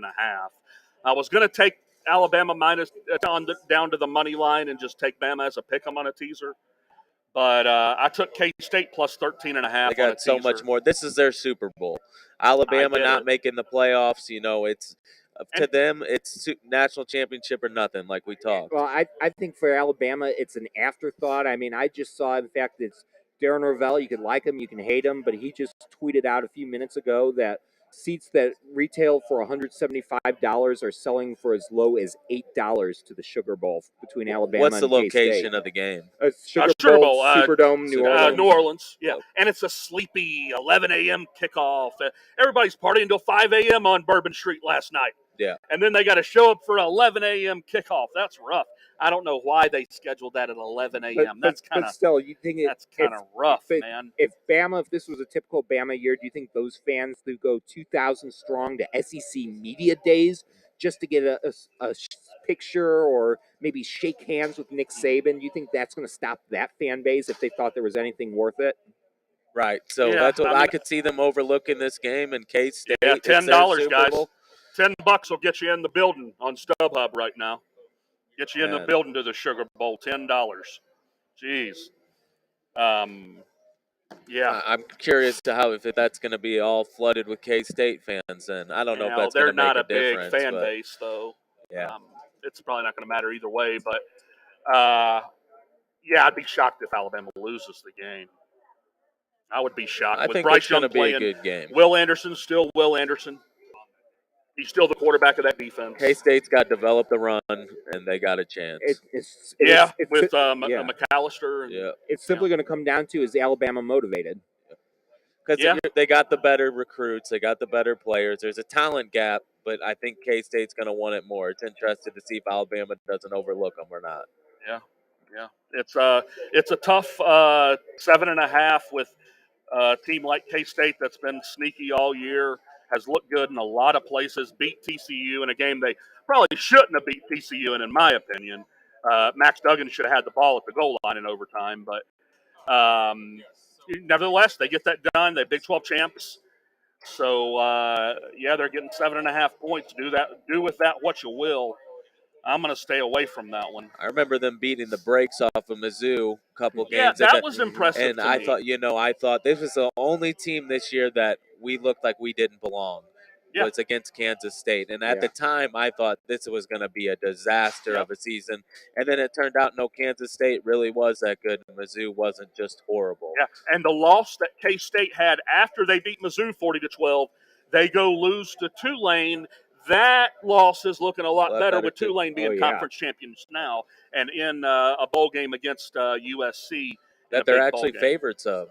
And they're right around a pick 'em favorite. I believe with USC. So that loss is looking better. They got 3 losses: one to TCU, one to Tulane.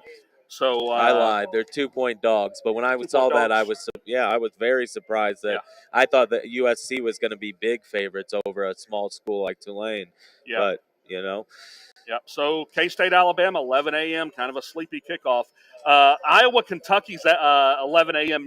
The Music City Bowl in Nashville. So that's been a bowl that's been around for a long time. But 31, total of 31 around. I think that might be just about a record low for a bowl game. It might be. And I still would pick the under if I was going to bet the game. Yeah, and by the way, Darren Rovell did tweet that is the lowest in college bowl history. And when you got so many guys banged up, an 11 a.m. game in Nashville, I'll put it this way. If I was a fan for that game, I'd probably use it as an excuse to go to Nashville and skip the game.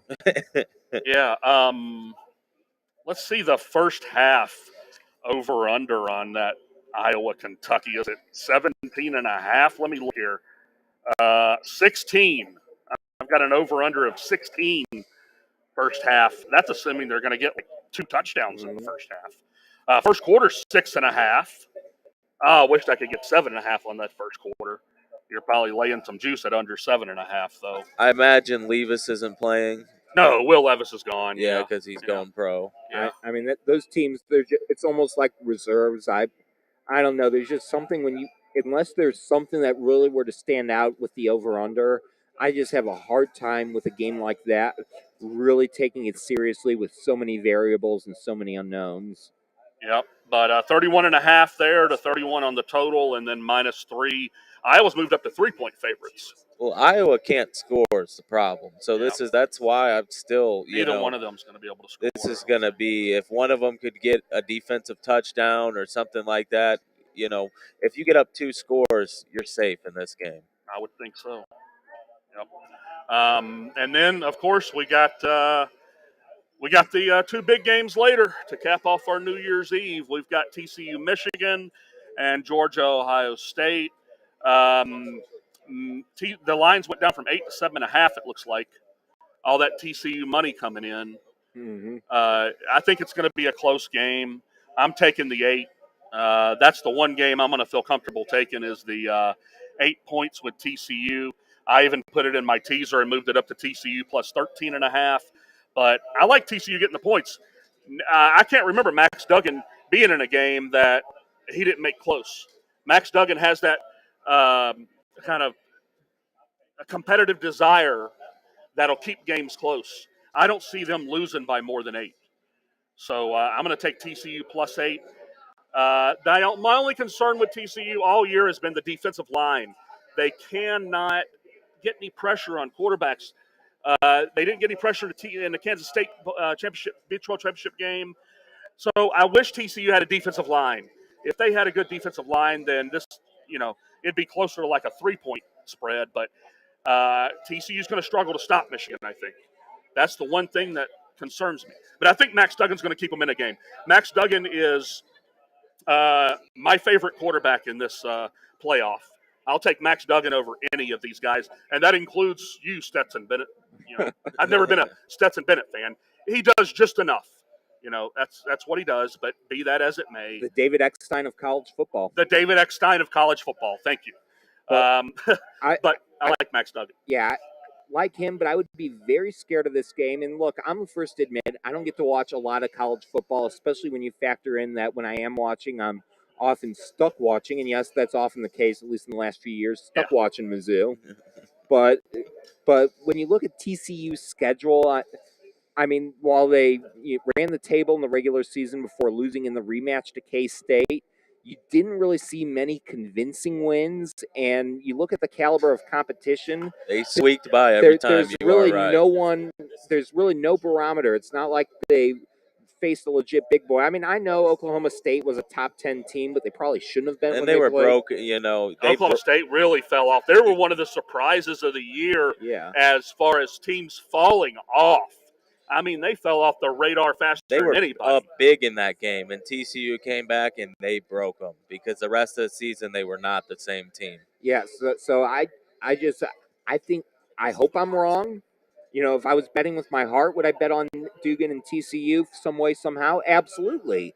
But guess what? I don't feel like betting with my heart because I prefer to have my money. So if I was betting on this game, I would feel very confident, especially if you could get Michigan as 7.5 favorites.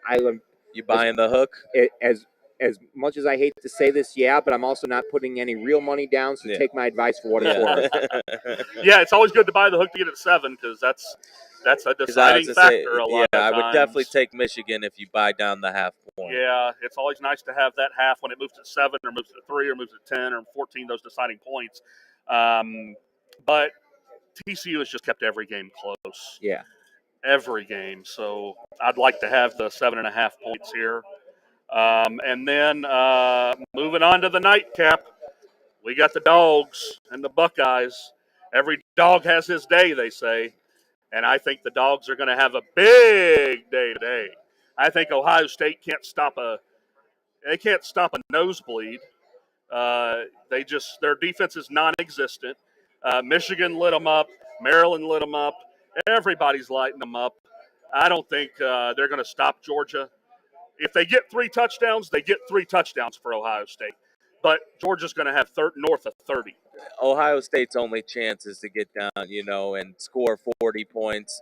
Yeah, Whoever gets the ball last type of game. But if it turns into a slow-paced game, Georgia will eat them up. Yeah, Georgia can't stop. Ohio State can't stop anybody. I'm not a big Georgia fan, but this is a bad matchup for Ohio State. It would be tough for Ohio State if they were at full strength, but then you factor in the injury front as well, because at least you would say, if Ohio State was fully healthy, okay, maybe if their only hope is to win in a shootout, but you're missing Travion Henderson, you're missing Jackson Smith and Jigba, and I know Ohio State has a ton of wide receiver depth. I mean, you got Marvin Harrison Jr. and company.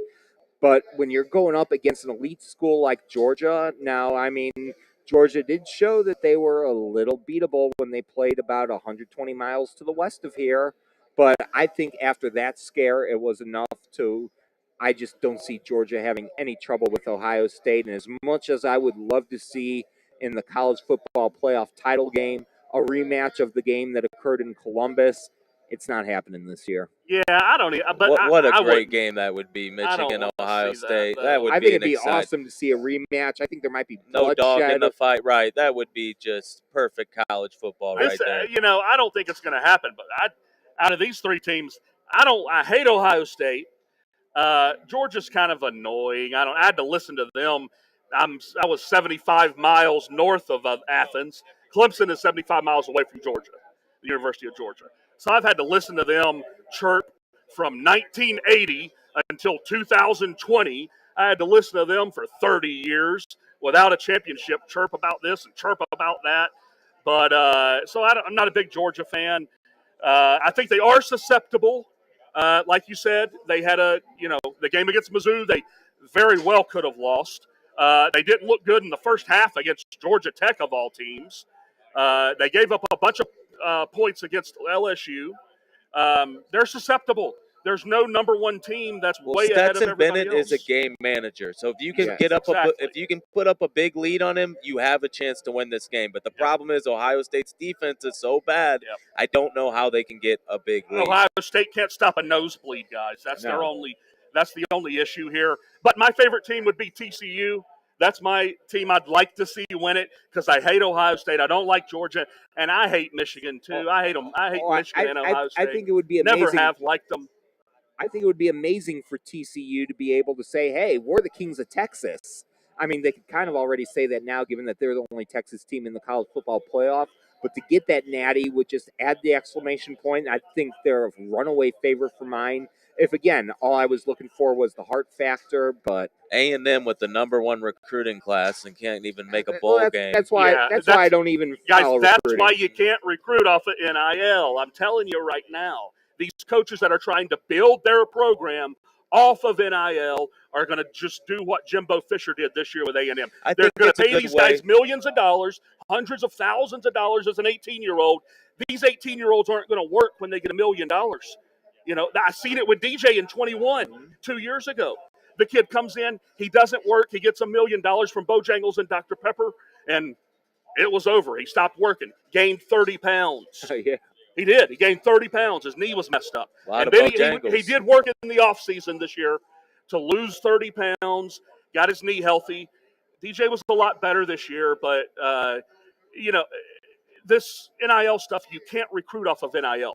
No. You have to have a program where you can use NIL. Well, look at like Colorado. It is a way you can change a team so fast with the new coach. That's Deion, it's a quick fix, but like Deion, Colorado, I don't know what the record was this year. Looking at about 500, I believe. No, they had 2 or 3 wins. I think they'll be a 10-win team. Oh, okay. Yeah, they were awful. They were one of the bottom 120 teams in the country.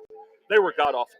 I think they'll be a 10-win team that quick because everyone's following Deion to Colorado. I like what Deion's doing. I like how Deion likes to build the program and get kids excited. I think Deion builds a culture and under 2 years he stays at Colorado. Over. I'm going under. Why? You think he's going to jump for the next best job once he puts up the success in Colorado? He might be Florida State's coach in less than 5 years. Depends on what Norvell does there. Yeah. I don't know if Florida State wants him. If Florida State wanted him, they could have had him. Yeah. I think he's I staying think at Colorado. Oh. But just be careful about building your program on NIL because these kids aren't going to work if they don't want to be there. If they're just there for the money, then they're not going to work, and they're going to hit that transfer portal when they're not good enough, and they're sitting there like A&M at 3-9. So that's what I'm saying about NIL. Just be careful about building your program off of it. You can use it, but Ohio State, Georgia, you like laying the 6 or 5? It's down to 5.5 actually. I like laying the 5.5. Oh, I like that. I mean, I just don't see Ohio State, even though they still have some weapons left on offense. I can't see Ohio State being able to stop. I'd give them 13 and comfortable. First half be a was close 16. game. Well, I don't know if I like taking the over in the first half because teams fill each other out too much. But 16.5. I'm going to lay the points with Georgia, though. I've already got it laid in my teaser. I teased it down to pick them. I don't know how that doesn't win, but we'll see there. Any NFL for tomorrow, Ron? Anything sticks out to you for the National Football League tomorrow? We got a couple good games. We're getting down to the playoff picture. Problem is, some of these teams, we're getting into the weeks where they're starting, like the Vikings. Are they going to show up to try to keep the Packers out of the playoffs? Or are they going to rest their starters? It's hard to bet in these weeks where you don't know. Everybody's playing for something. Very, very true, but there's still some intriguing matchups. I mean, it's like Chiefs-Broncos, for example. Now, I know 12.5, that's a dangerous line for the Chiefs, and you saw how the Broncos were able to put up points, but it looks like for that one, you've got an over-under of 45, given how the last game went between those teams and the fact that it's hard to take the under anytime you have Patrick Mahomes going. That could be a sneaky line right there, maybe to take the over. Yeah, I definitely like Russell the Wilson over out? in that game. With his concussion, I believe so. I think we're going to be looking at what was it, Ripien? Yeah, Mark Rippen's son. You remember Mark Rippon? Rippon? Yeah, Brett Rippon. Yeah. I think. It looks like. I like the Buccaneers -4 everybody's over the jumping Panthers. all over I the know Bucs. that's everyone's jumping too. on it, but I think that's one that the Panthers, you don't know what you're getting with them, and it's in Tom Tampa. Brady with a chance to make the playoffs. At home. He's gonna take care of business. Yep. So this will secure that division, I believe. 8-8 and 6-10. Yeah. This is for the division, right? Yeah, that's Do the Falcons have a shot?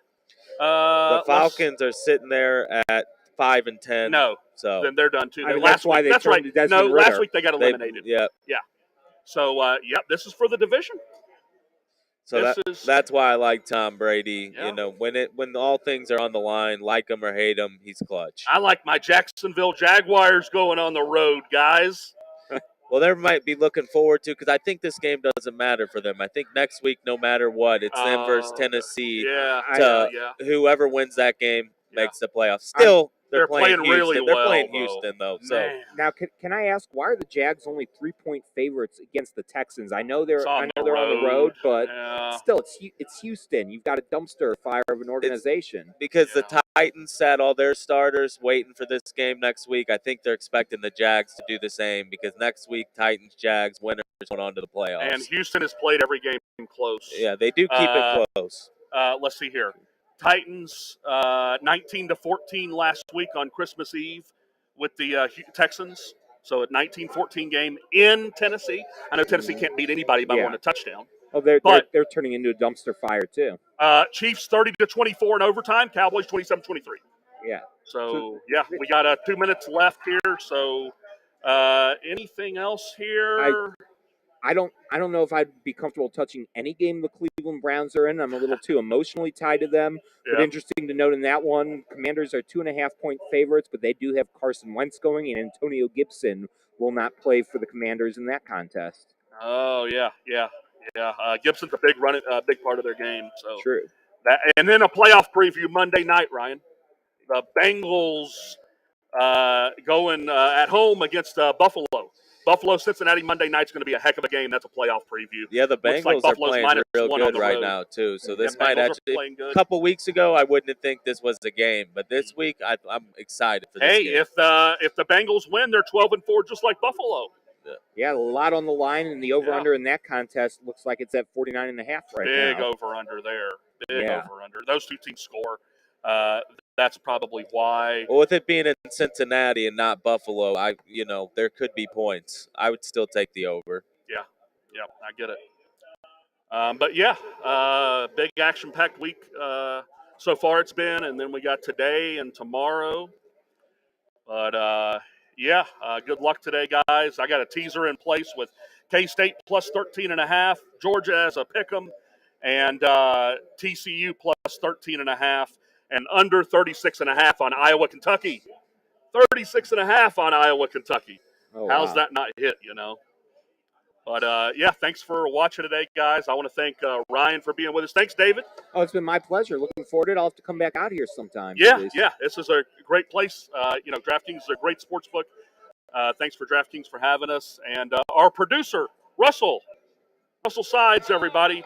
He is the straw that stirs the drink, the man that makes it happen.